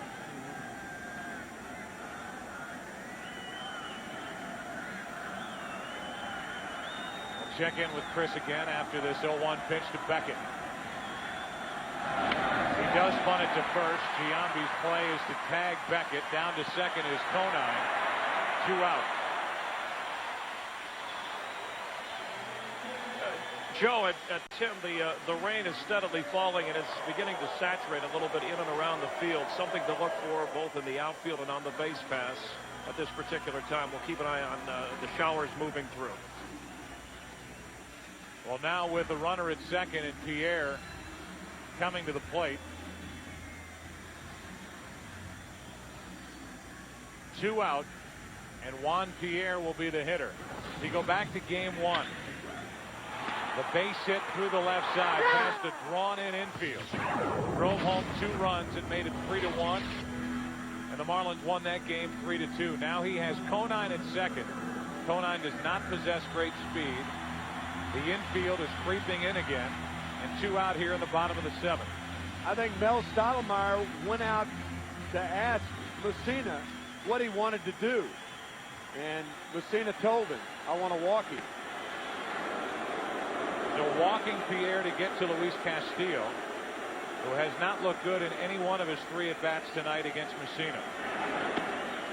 And the one thing you can do with the outfield against Castillo that you can't do with Pierre is play Castillo very shallow in left field. And with not a lot of speed on at second base in Conine, you could have a play at the plate if there's a base hit to left. So Castillo comes to the plate. Runners on at first and second, 2 out. That's the first walk of the game for Messina, the intentional pass. And again, Nelson gets loose.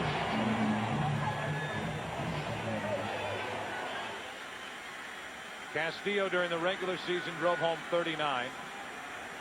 3 RBIs in this postseason.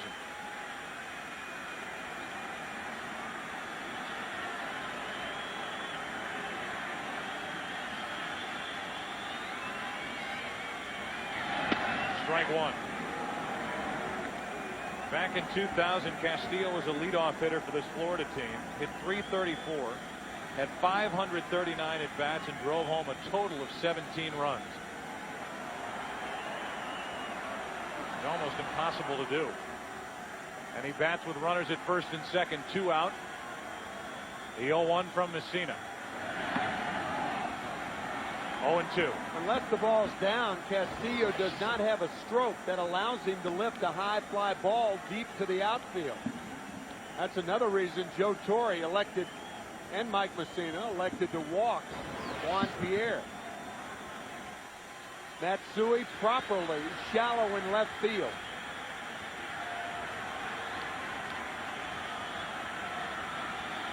Castillo set up at 0-2.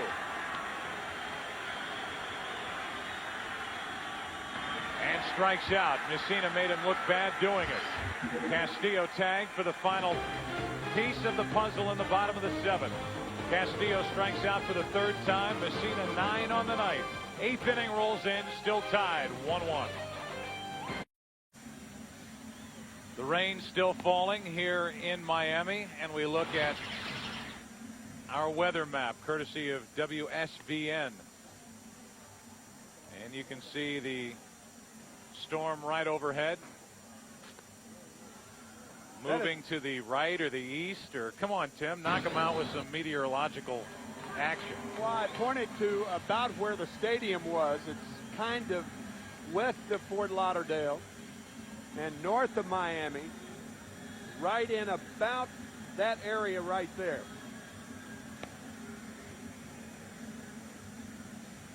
So there, now that's it. We got that. Yeah.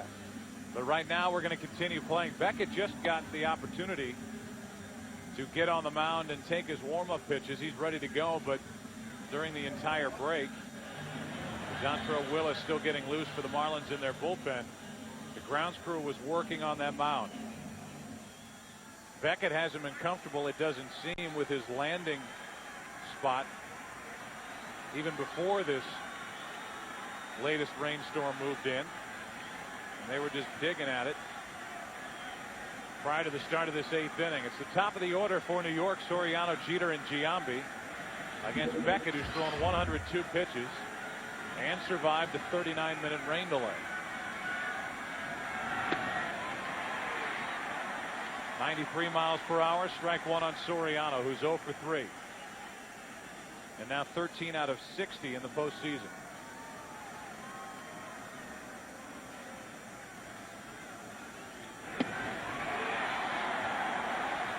Oh, and 2.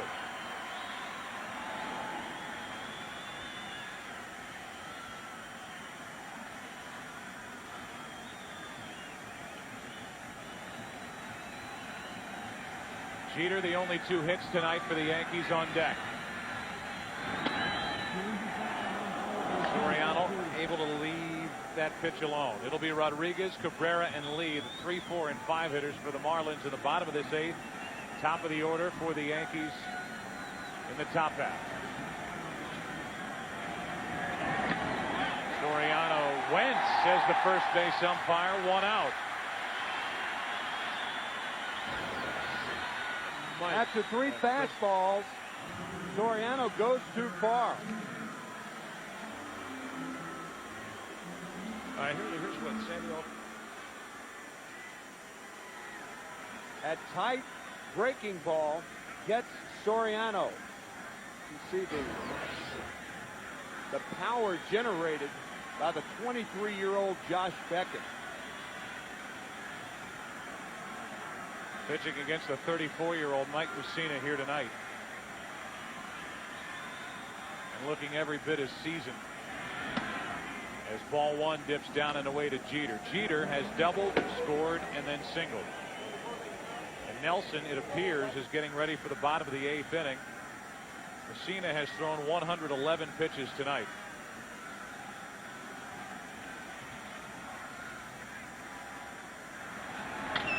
That's a fair ball. 3rd hit of the night for Jeter, and he'll have at least 2.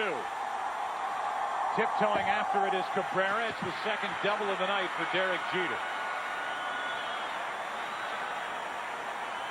Cabrera tiptoeing in foul territory to get the ball. Jeter almost slipped.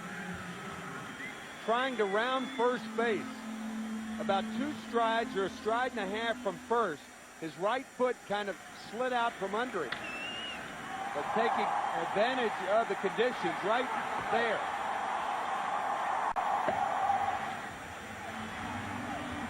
And that's going to be the last pitch of the night for Josh Beckett.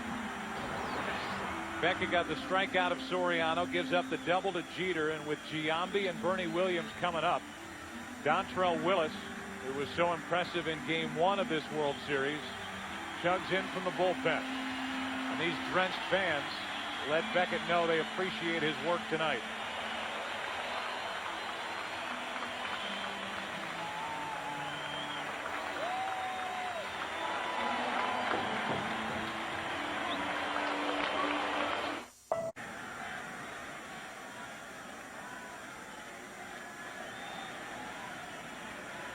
Well, just before the start of this 8th inning, the umpires got together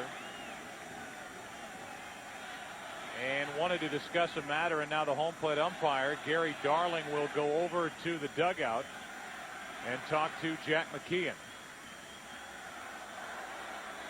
It may count as a trip to the mound because Derek Lee went in the dugout and then came back on the field, and you can't do that.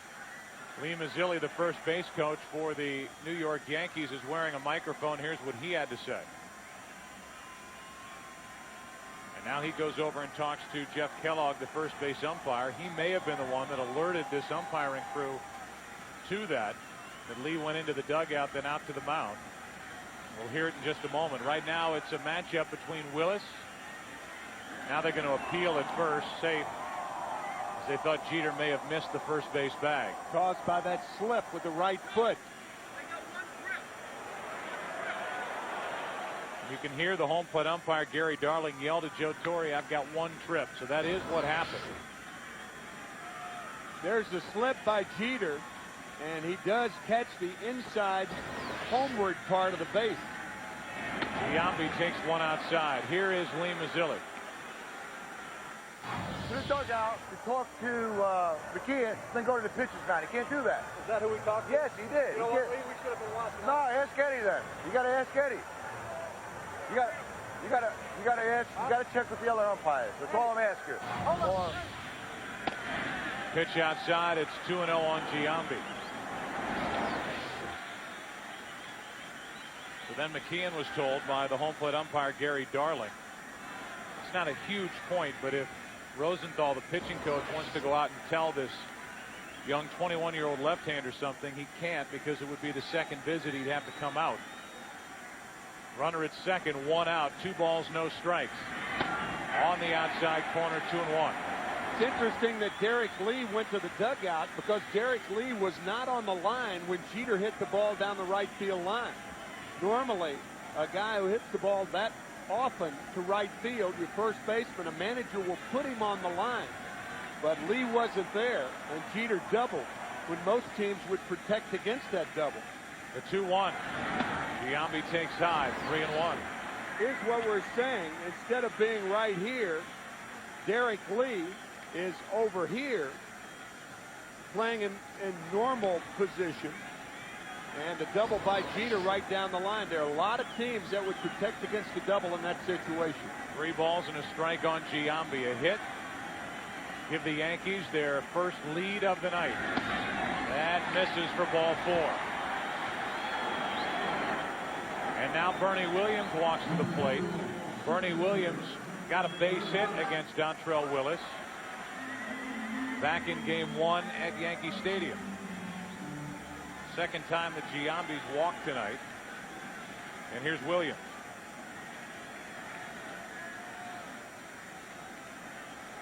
Dontrell Willis should give Jeter a look at second base. Because that constant repetition of not looking back there and then throwing home, there's a rhythm to it. And a good base runner like Jeter takes advantage of that. Fastball for a strike to Williams.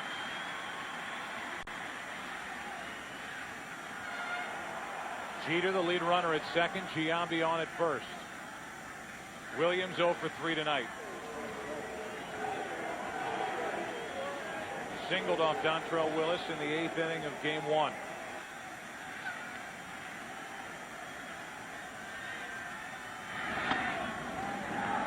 One ball, one strike.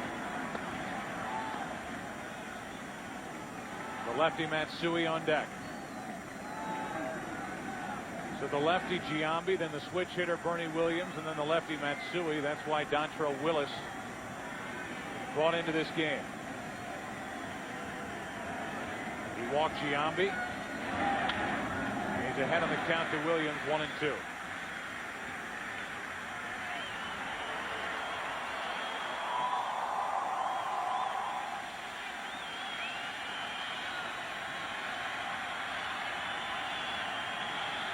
The rain is all but stopped.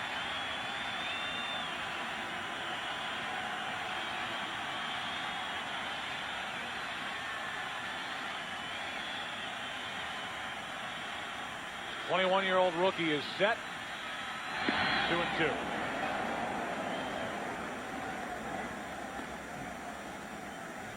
Willis 9-1 at the break with an ERA of 2.08. Finished at 14-6.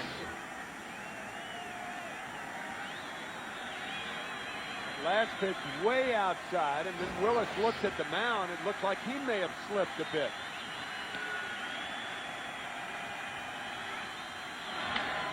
Bernie Williams fights it off. It's foul and out of play.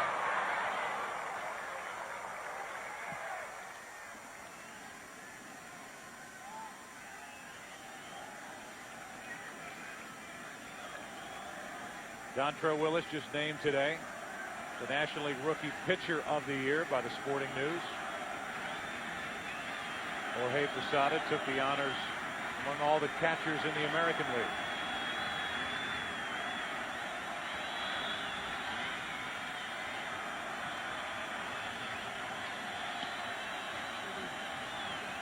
A 2-2. Full count.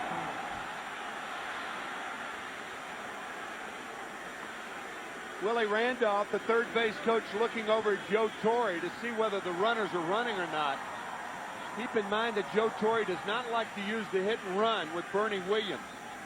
Sending the runners often will get a hitter like Williams to swing at a ball that's not a strike. If it happens and the runners go, if you're Rodriguez, you think about throwing down to second. Into center field for Pierre. The runners did not take off. Now Jeter will tag and try to advance to third. Pretty good throw, but it's first and third, 2 outs.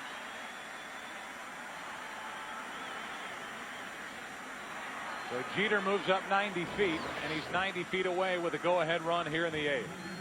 Yankee scouting report has all National League teams say that the only glitch in the arsenal of Pierre is that he cannot throw, and Derek Jeter taking advantage of it on a relatively short fly ball to center.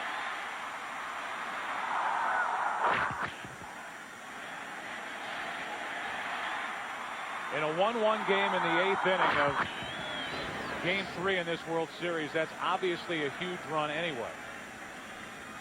But for the Yankees, if they get the lead here in the top of the 8th, Mariano Rivera is getting ready and would go 2 innings here tonight. As Beckett, already iced up, is watching as Ivan Rodriguez threw that left arm after that pitch from Willis. Ball 1 to Hideki Matsui.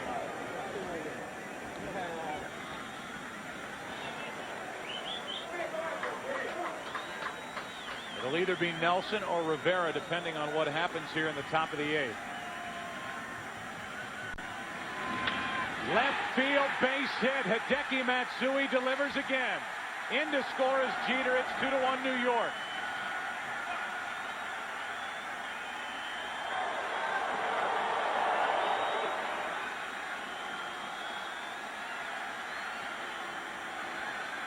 Matsui with his 11th RBI of this postseason. Fastball is outside, and Matsui hits it to left field. Easily a base hit. And Mike Mussina, for the first time in this postseason, finally has a lead. He had gone 29 1/3 innings without having a lead. That is the most ever for a pitcher in the postseason. Right now with 2 on, 2 out. A chance again for Posada.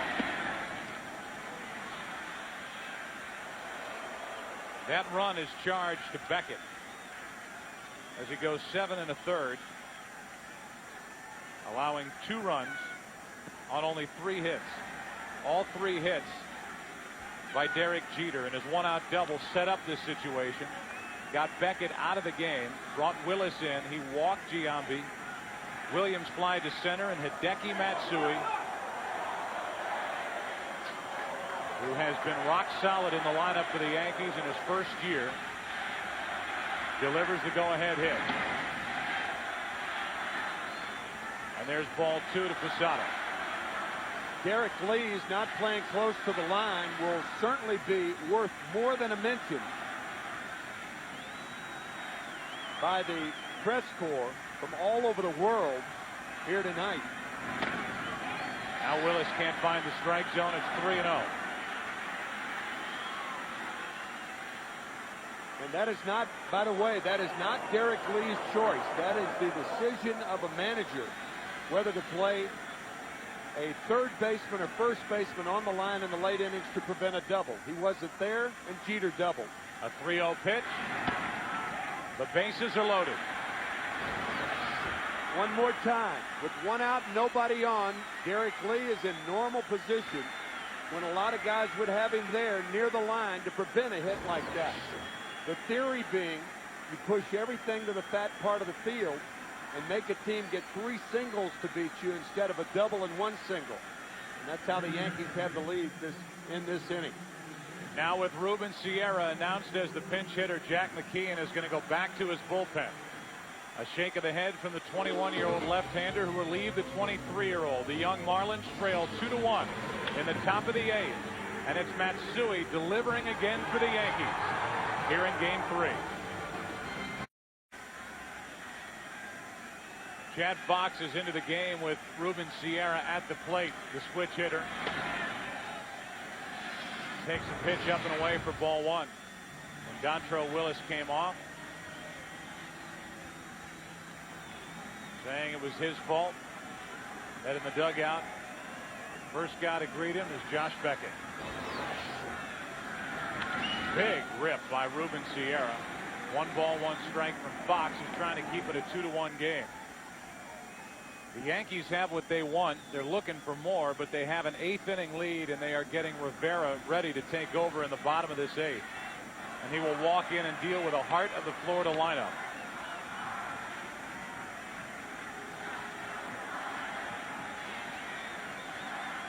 One home run, it came in the ALCS in Boston in this postseason.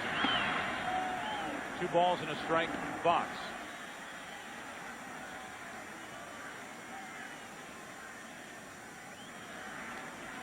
Walks led to the first Yankee run after a Jeter hit in the 4th. And more walks have hurt the Marlins after a Jeter hit here in the 8th. 2 balls, 2 strikes from Chad Fox.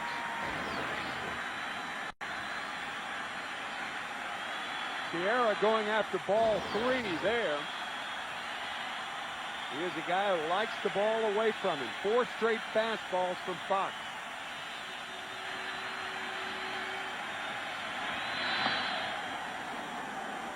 Ball 3, 3-2. Braden Looper cranks it up.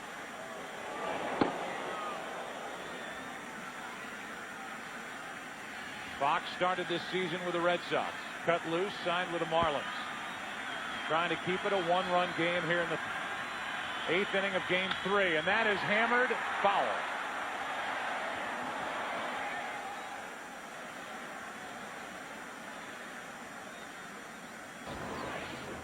Ball down and in.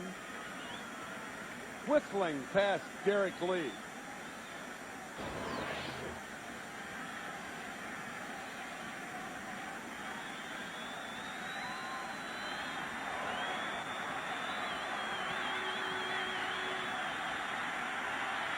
Another 3-2. The inning is over. Fox keeps the Marlins in the game. A run in the top of the 8th. Jeter scores for the second time tonight. Bottom of the 8th. Heart of the order coming up. 2-1 New York. Provided by the Saturn Light Ship. The team at Saturn hopes you're enjoying this unique look from high above the World Series. Click on Saturn.com for a look at their all-new 2004 lineup. Don't forget, if any player hits a home run into this group of fans out in left field, all of America will receive a free taco from Taco Bell and a free Pepsi on Monday, November 24th, 3 to 6 p.m. local time, wherever you are. They're drenched out in left field, but they're able to keep their arms up. Holding up those placards as Nick Johnson comes into the game, plays first base, will bat in the number 9 spot. DeLucci stays in the game, plays out in right field. He will hit in the 3 spot after pinch running for Giambi. The new pitcher batting in the 7th position, Mariano Rivera.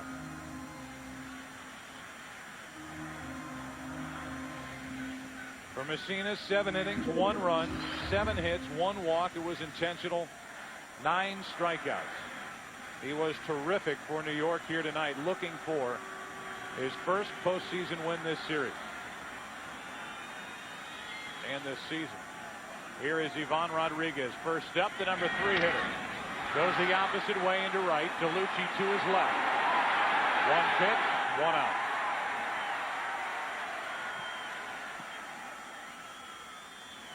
Gonzalez, beg your pardon, Rodriguez slamming his bat to the ground as he fouls out to David DeLucci. Keep in mind that right-handed batters have hit Mariano Rivera better throughout their career, and the Marlins, after Rodriguez, have 5 in a row coming up. Starts with Rodriguez. He fouled out to right. Now it's Miguel Cabrera. The rookie 2 out of 3 with a pair of singles and an RBI.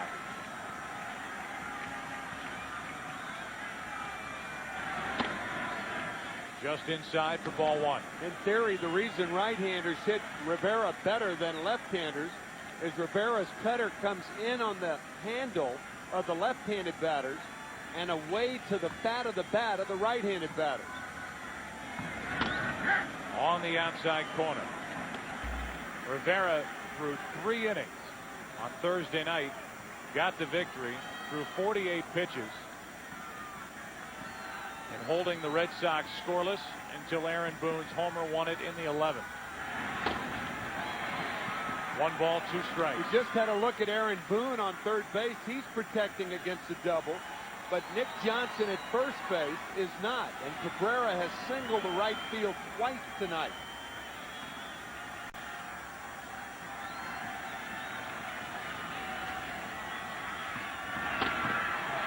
Two out.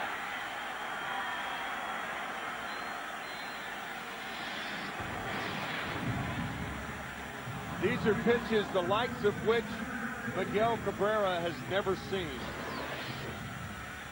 We talked about that in game 2. With the 6-1 victory for the Yankees, Joe Torre had the luxury of waiting till he had a tighter game to bring Rivera in, with a lot of these hitters seeing him for the first time.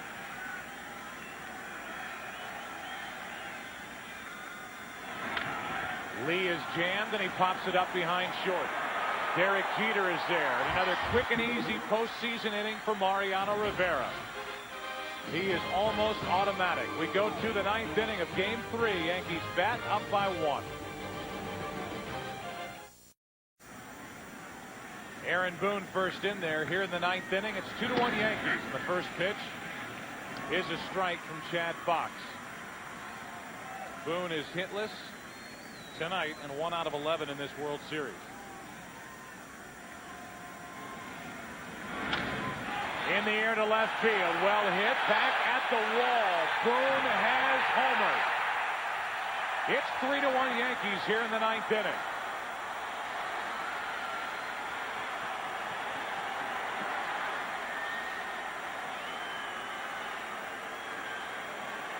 Aaron Boone makes it a 2-run game in the top of the 9th inning with his second home run of this postseason.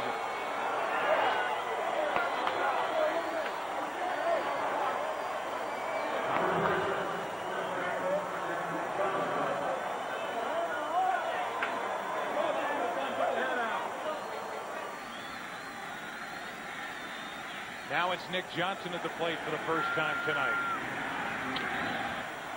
Derek Lee to his right. Nice stop and a feed for Fox, 1 out. Aaron Boone chose a high fastball right around the letters. No, it might have been a slider. From where Rodriguez was sitting, it could have been a hanging slider to give the Yankees a cushion here in the 9th inning. You could see Hideki Matsui on that first replay urging that ball to get out of here in English.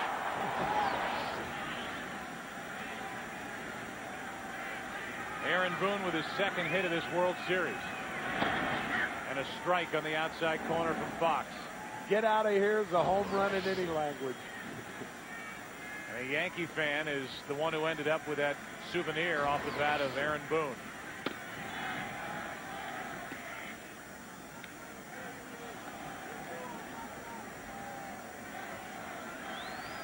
Soriano tonight has struck out 3 times. Still struggling with that stroke. The 1-1 pitch. 2 balls and a strike. Get out of here from Hideki Matsui. They say he's working so hard on learning the language. His teammates in the dugout urging that ball out. Matsui with the go-ahead hit in the top of the 8th. A little flare down the right side is foul. And back leg by Soriano is moving as he cuts it loose. Our Sprint Virtual Manager question: who's the hardest throwing pitcher of the last decade? Ryan, Clemens, Johnson, Wagner. Nolan Ryan is the one that ends up on top, as voted on by you. Roger Clemens will work Game 4 tomorrow night. That's into right field. Foul territory, and Cabrera can't get there.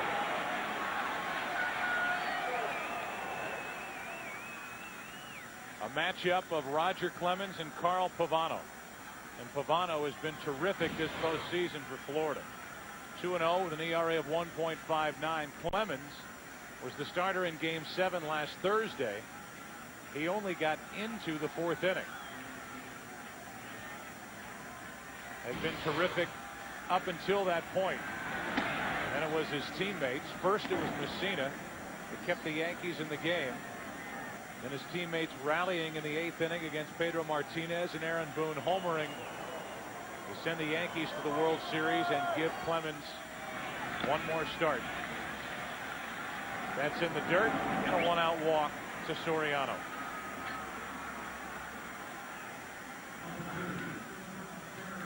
One on, one out. Tonight's All-State Good Hands defensive decision of the game, as Jack McKeon is going to go back to the bullpen.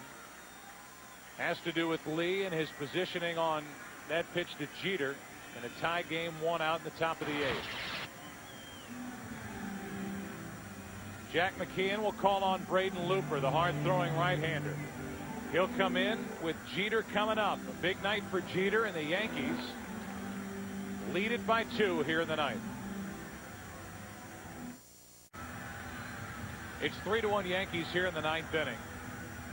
When they write the game stories about Game 3, they'll talk about Jeter. They'll talk about Matsui again as Braden Looper takes over.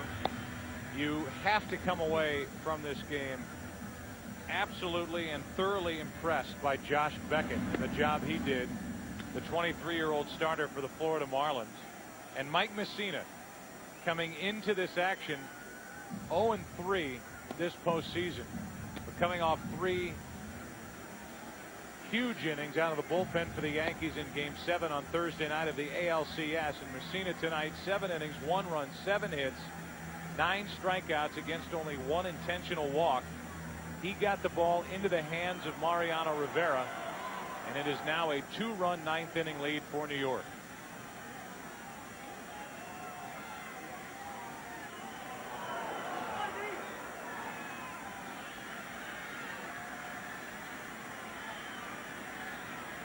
Looper into the game. He worked a scoreless 8th inning in game 2. A check on Soriano. We have said it several times that there may be better shortstops from an athletic standpoint than Jeter in the game. Nomar Garciaparra, arguably. Alex Rodriguez, certainly. But when the money's on the line, there are few players in the game better than this guy right here. Shortened way up on the bat as he's trying to drop one down, and the count's 0-1. A guy who's been in the center of it all, Derek Jeter, since he came up in '96.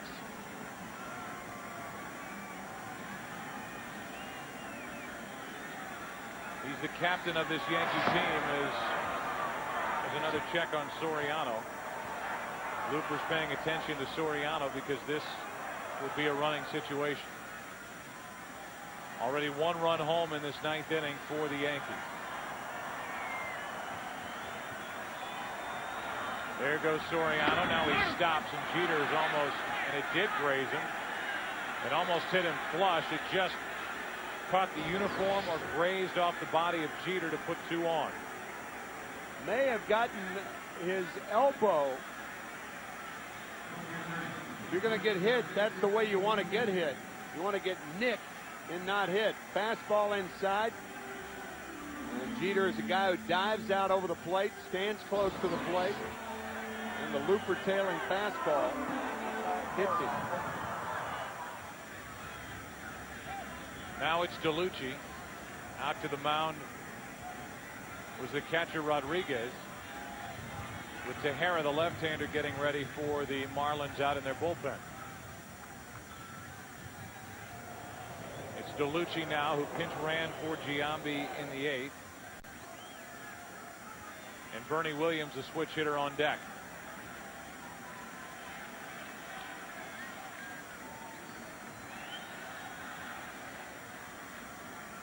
Runners on at first and second, 1 out, 3-1 Yankees in the 9th, and a strike.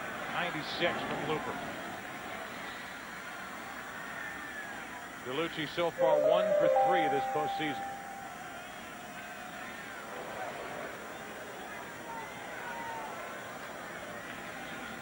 The Marlins in the bottom of the 9th will have Lowell, Conine, and Gonzalez. 1-1.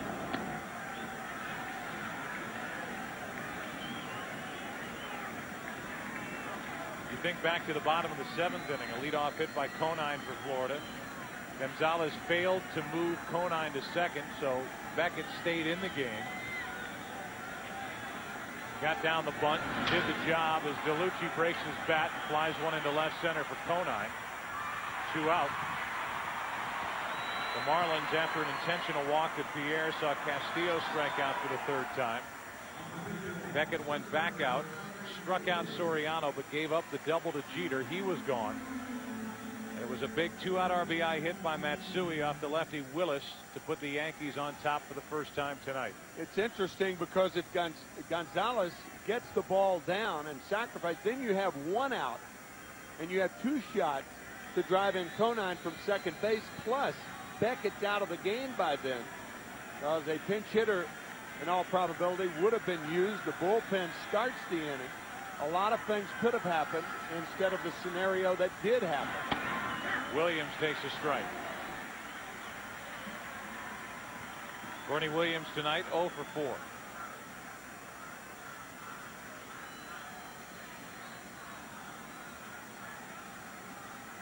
Saw Matsui take a practice swing right-handed. That's his natural side, right-handed. Up and away, 1 ball, 1 strike. He was so good right-handed that his brother and his friends made him hit left-handed when they were growing up, because he kept knocking the ball all over the place. Now here he is in the big leagues after being a star in Japan. And he has been a star for the Yankees during October. That's over but low from Looper. 2 balls and a strike. Rain picks up again.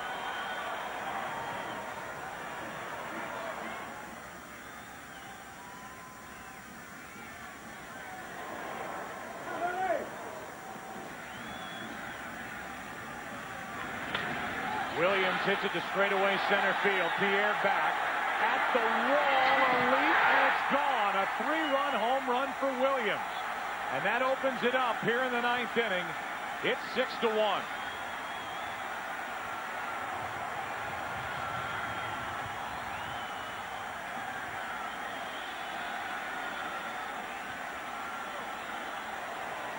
th career postseason home run for Bernie Williams.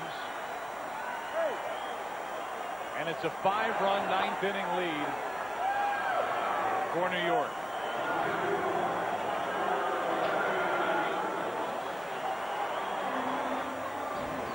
One swing of the bat erases an 0-for-4 night. Pierre giving chase, the jump, and it eludes him.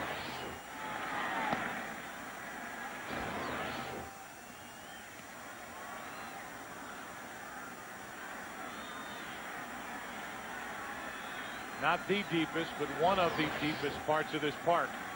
Carried a long way in this rain. And to the surprise of Braden Looper and the dismay, over that 8-foot wall in center field to make it a 5-run game.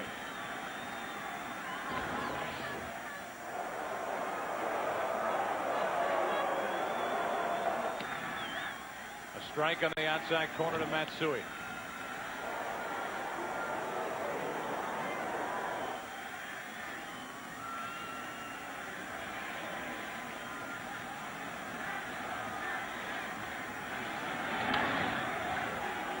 Two balls, two strikes. It is a save situation for Rivera, who will go back out there in the bottom of this inning. If he can get 3 outs before the Marlins come up with 5 runs, he'll have career postseason save number 30. His ERA well under 1. In for strike 3. A big inning for the Yankees as they open it up. They came in leading by 1. They leave the top of the 9th inning leading the Florida Marlins by 5.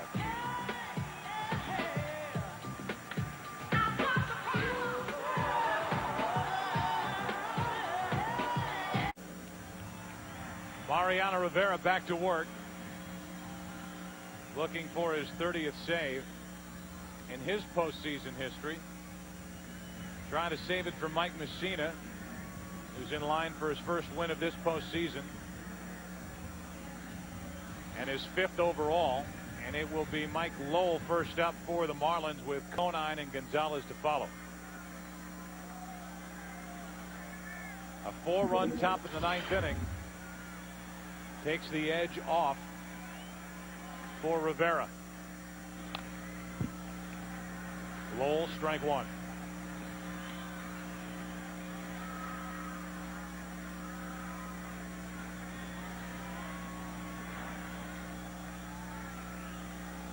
Lowell tonight is 0 for 3. Marlins have actually out-hit the Yankees tonight, but trail by 5 in the bottom of the 9th. 1 ball, 1 strike. Roger Clemens, Carl Pavano will hook horns tomorrow night here in Game 4. Lowell grounds to Jeter.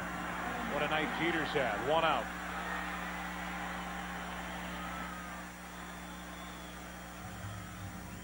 How about the overall numbers on Mariano Rivera? Awesome. Looking for save number 30. His ERA is 0.78. His numbers in the postseason: he's only blown 2 saves. The latest blown save coming in Game 7 of the 2001 World Series in Arizona. Strike 1 on Conine. The other, the 8th inning 2-run home run by Sandy Alomar in the 1997 Division Series. The 0-1. Saw the numbers for Conine, who is one of the few guys who has hit Mariano Rivera in his career. Encarnacion in the on-deck circle.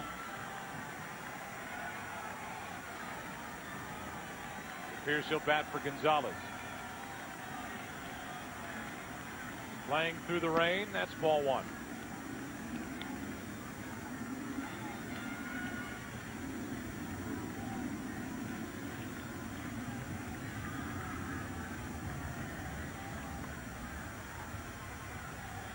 If nothing else, the Marlins would at least like to make Mariano Rivera throw a lot of pitches here in this 2-inning effort. That's He's right. thrown only 13, but it would be a minor consolation.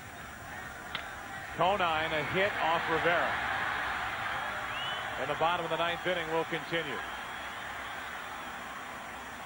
When Aaron Boone hit the home run against the Boston Red Sox in the bottom of the 11th inning on Thursday night, it was Mariano Rivera showing perhaps as much emotion as he's ever shown. And at the time when it happened, Joe, we weren't sure whether it wasn't Tim Wakefield who gave up the home run. And yet after everything unraveled, it was Mariano Rivera in a rare show of emotion. Having to throw 48 pitches, go 3 shutout innings. Got the victory. Here's Encarnacion, takes a ball. The numbers in the postseason: 2 home runs for his only 2 RBIs in these games here in Florida. He figures to start them on the bench. 1 ball, 1 strike. Able to get into the lineup because of the DH. Conine DH'd in games 1 and 2, and Encarnacion played right.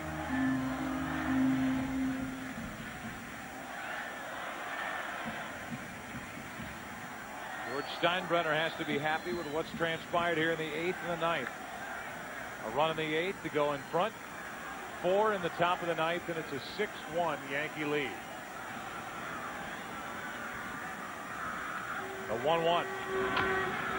Foul ball, strike 2 on Encarnacion.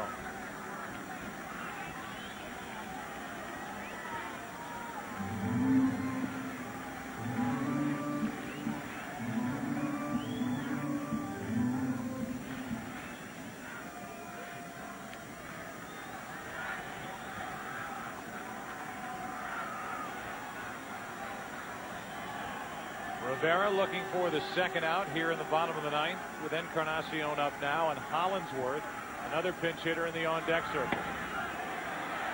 2 out. The Yankees 1 out away from taking a 2-games-to-1 series advantage.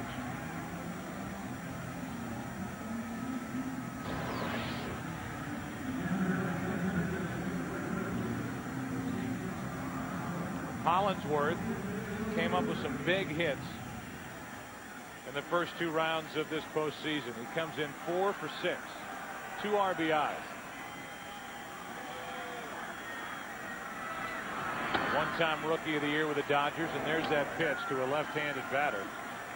Diving in, strike 1. Vicious cutting action in on the hands of Hollinsworth.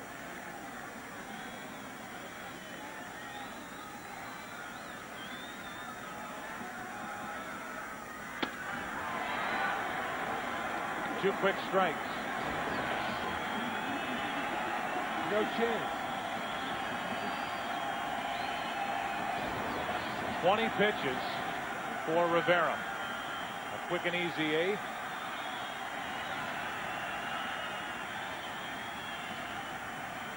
But a 20-pitch night.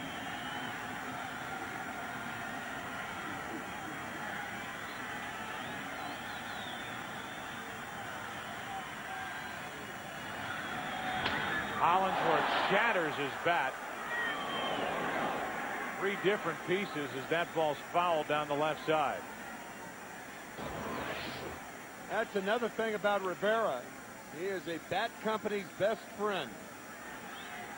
Thankfully, that jagged piece missed him. Went to his left.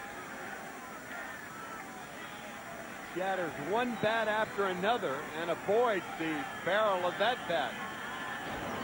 The barrel of the bat ended up beyond second base. Another 0-2 pitch. gets away, and down to second goes Kona.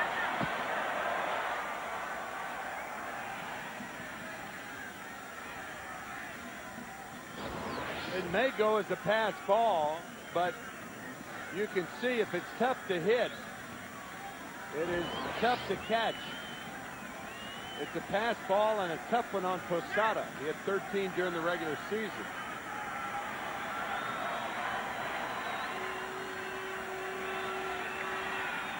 Yankees leading 6-1, bottom of the ninth inning. Runner at second, 2 out. Soriano. The Yankees win game 3. A final of 6-1. And they're up in this series 2-1 as Rivera finishes what Mike Mussina started. The winner Mussina, the loser Beckett.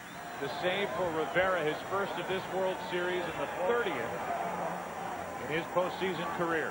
And another key hit by Hideki Matsui, who had the game-winning RBI tonight, just like he did on Sunday night in Game 2. 6 runs on 6 hits, 1 error for the Yankees. 1 run, 8 hits, no errors for the Marlins.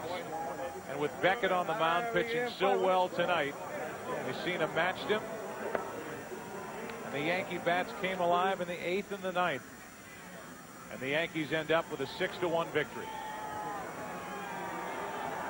Standing by for a live interview as the Yankees make their way off the field. And let's again go down to Chris Myers. All right, thanks, Joe. With Bernie Williams, and congratulations, the all-time postseason home run leader. After what looked like a frustrating night, talk about the shock. Yeah, first of all, I want to just give thanks to God and just thank him for this moment. You know, it was a very frustrating night for me. I was trying to hit the ball hard a couple of times, and those guys were throwing the ball really hard. And that last at bat, I was just taking it for granted that he was going to throw me a fastball, and I was going to put my best swing on it, and hopefully it worked. Fortunately for me, it worked. And this obviously puts the Yankees in the driver's seat.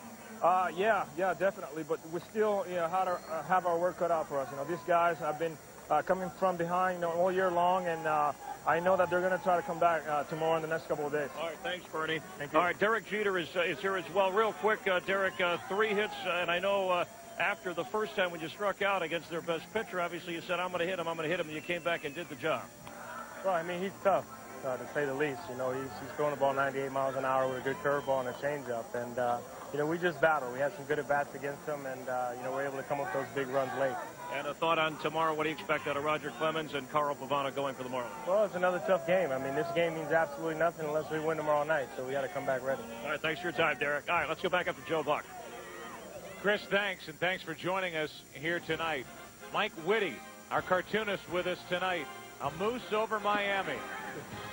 And he ends up getting the victory here tonight, and he deserved it. With 7 strong, Rivera finished up 9 strikeouts in the 7 innings. Hideki with Marlon Matsushi.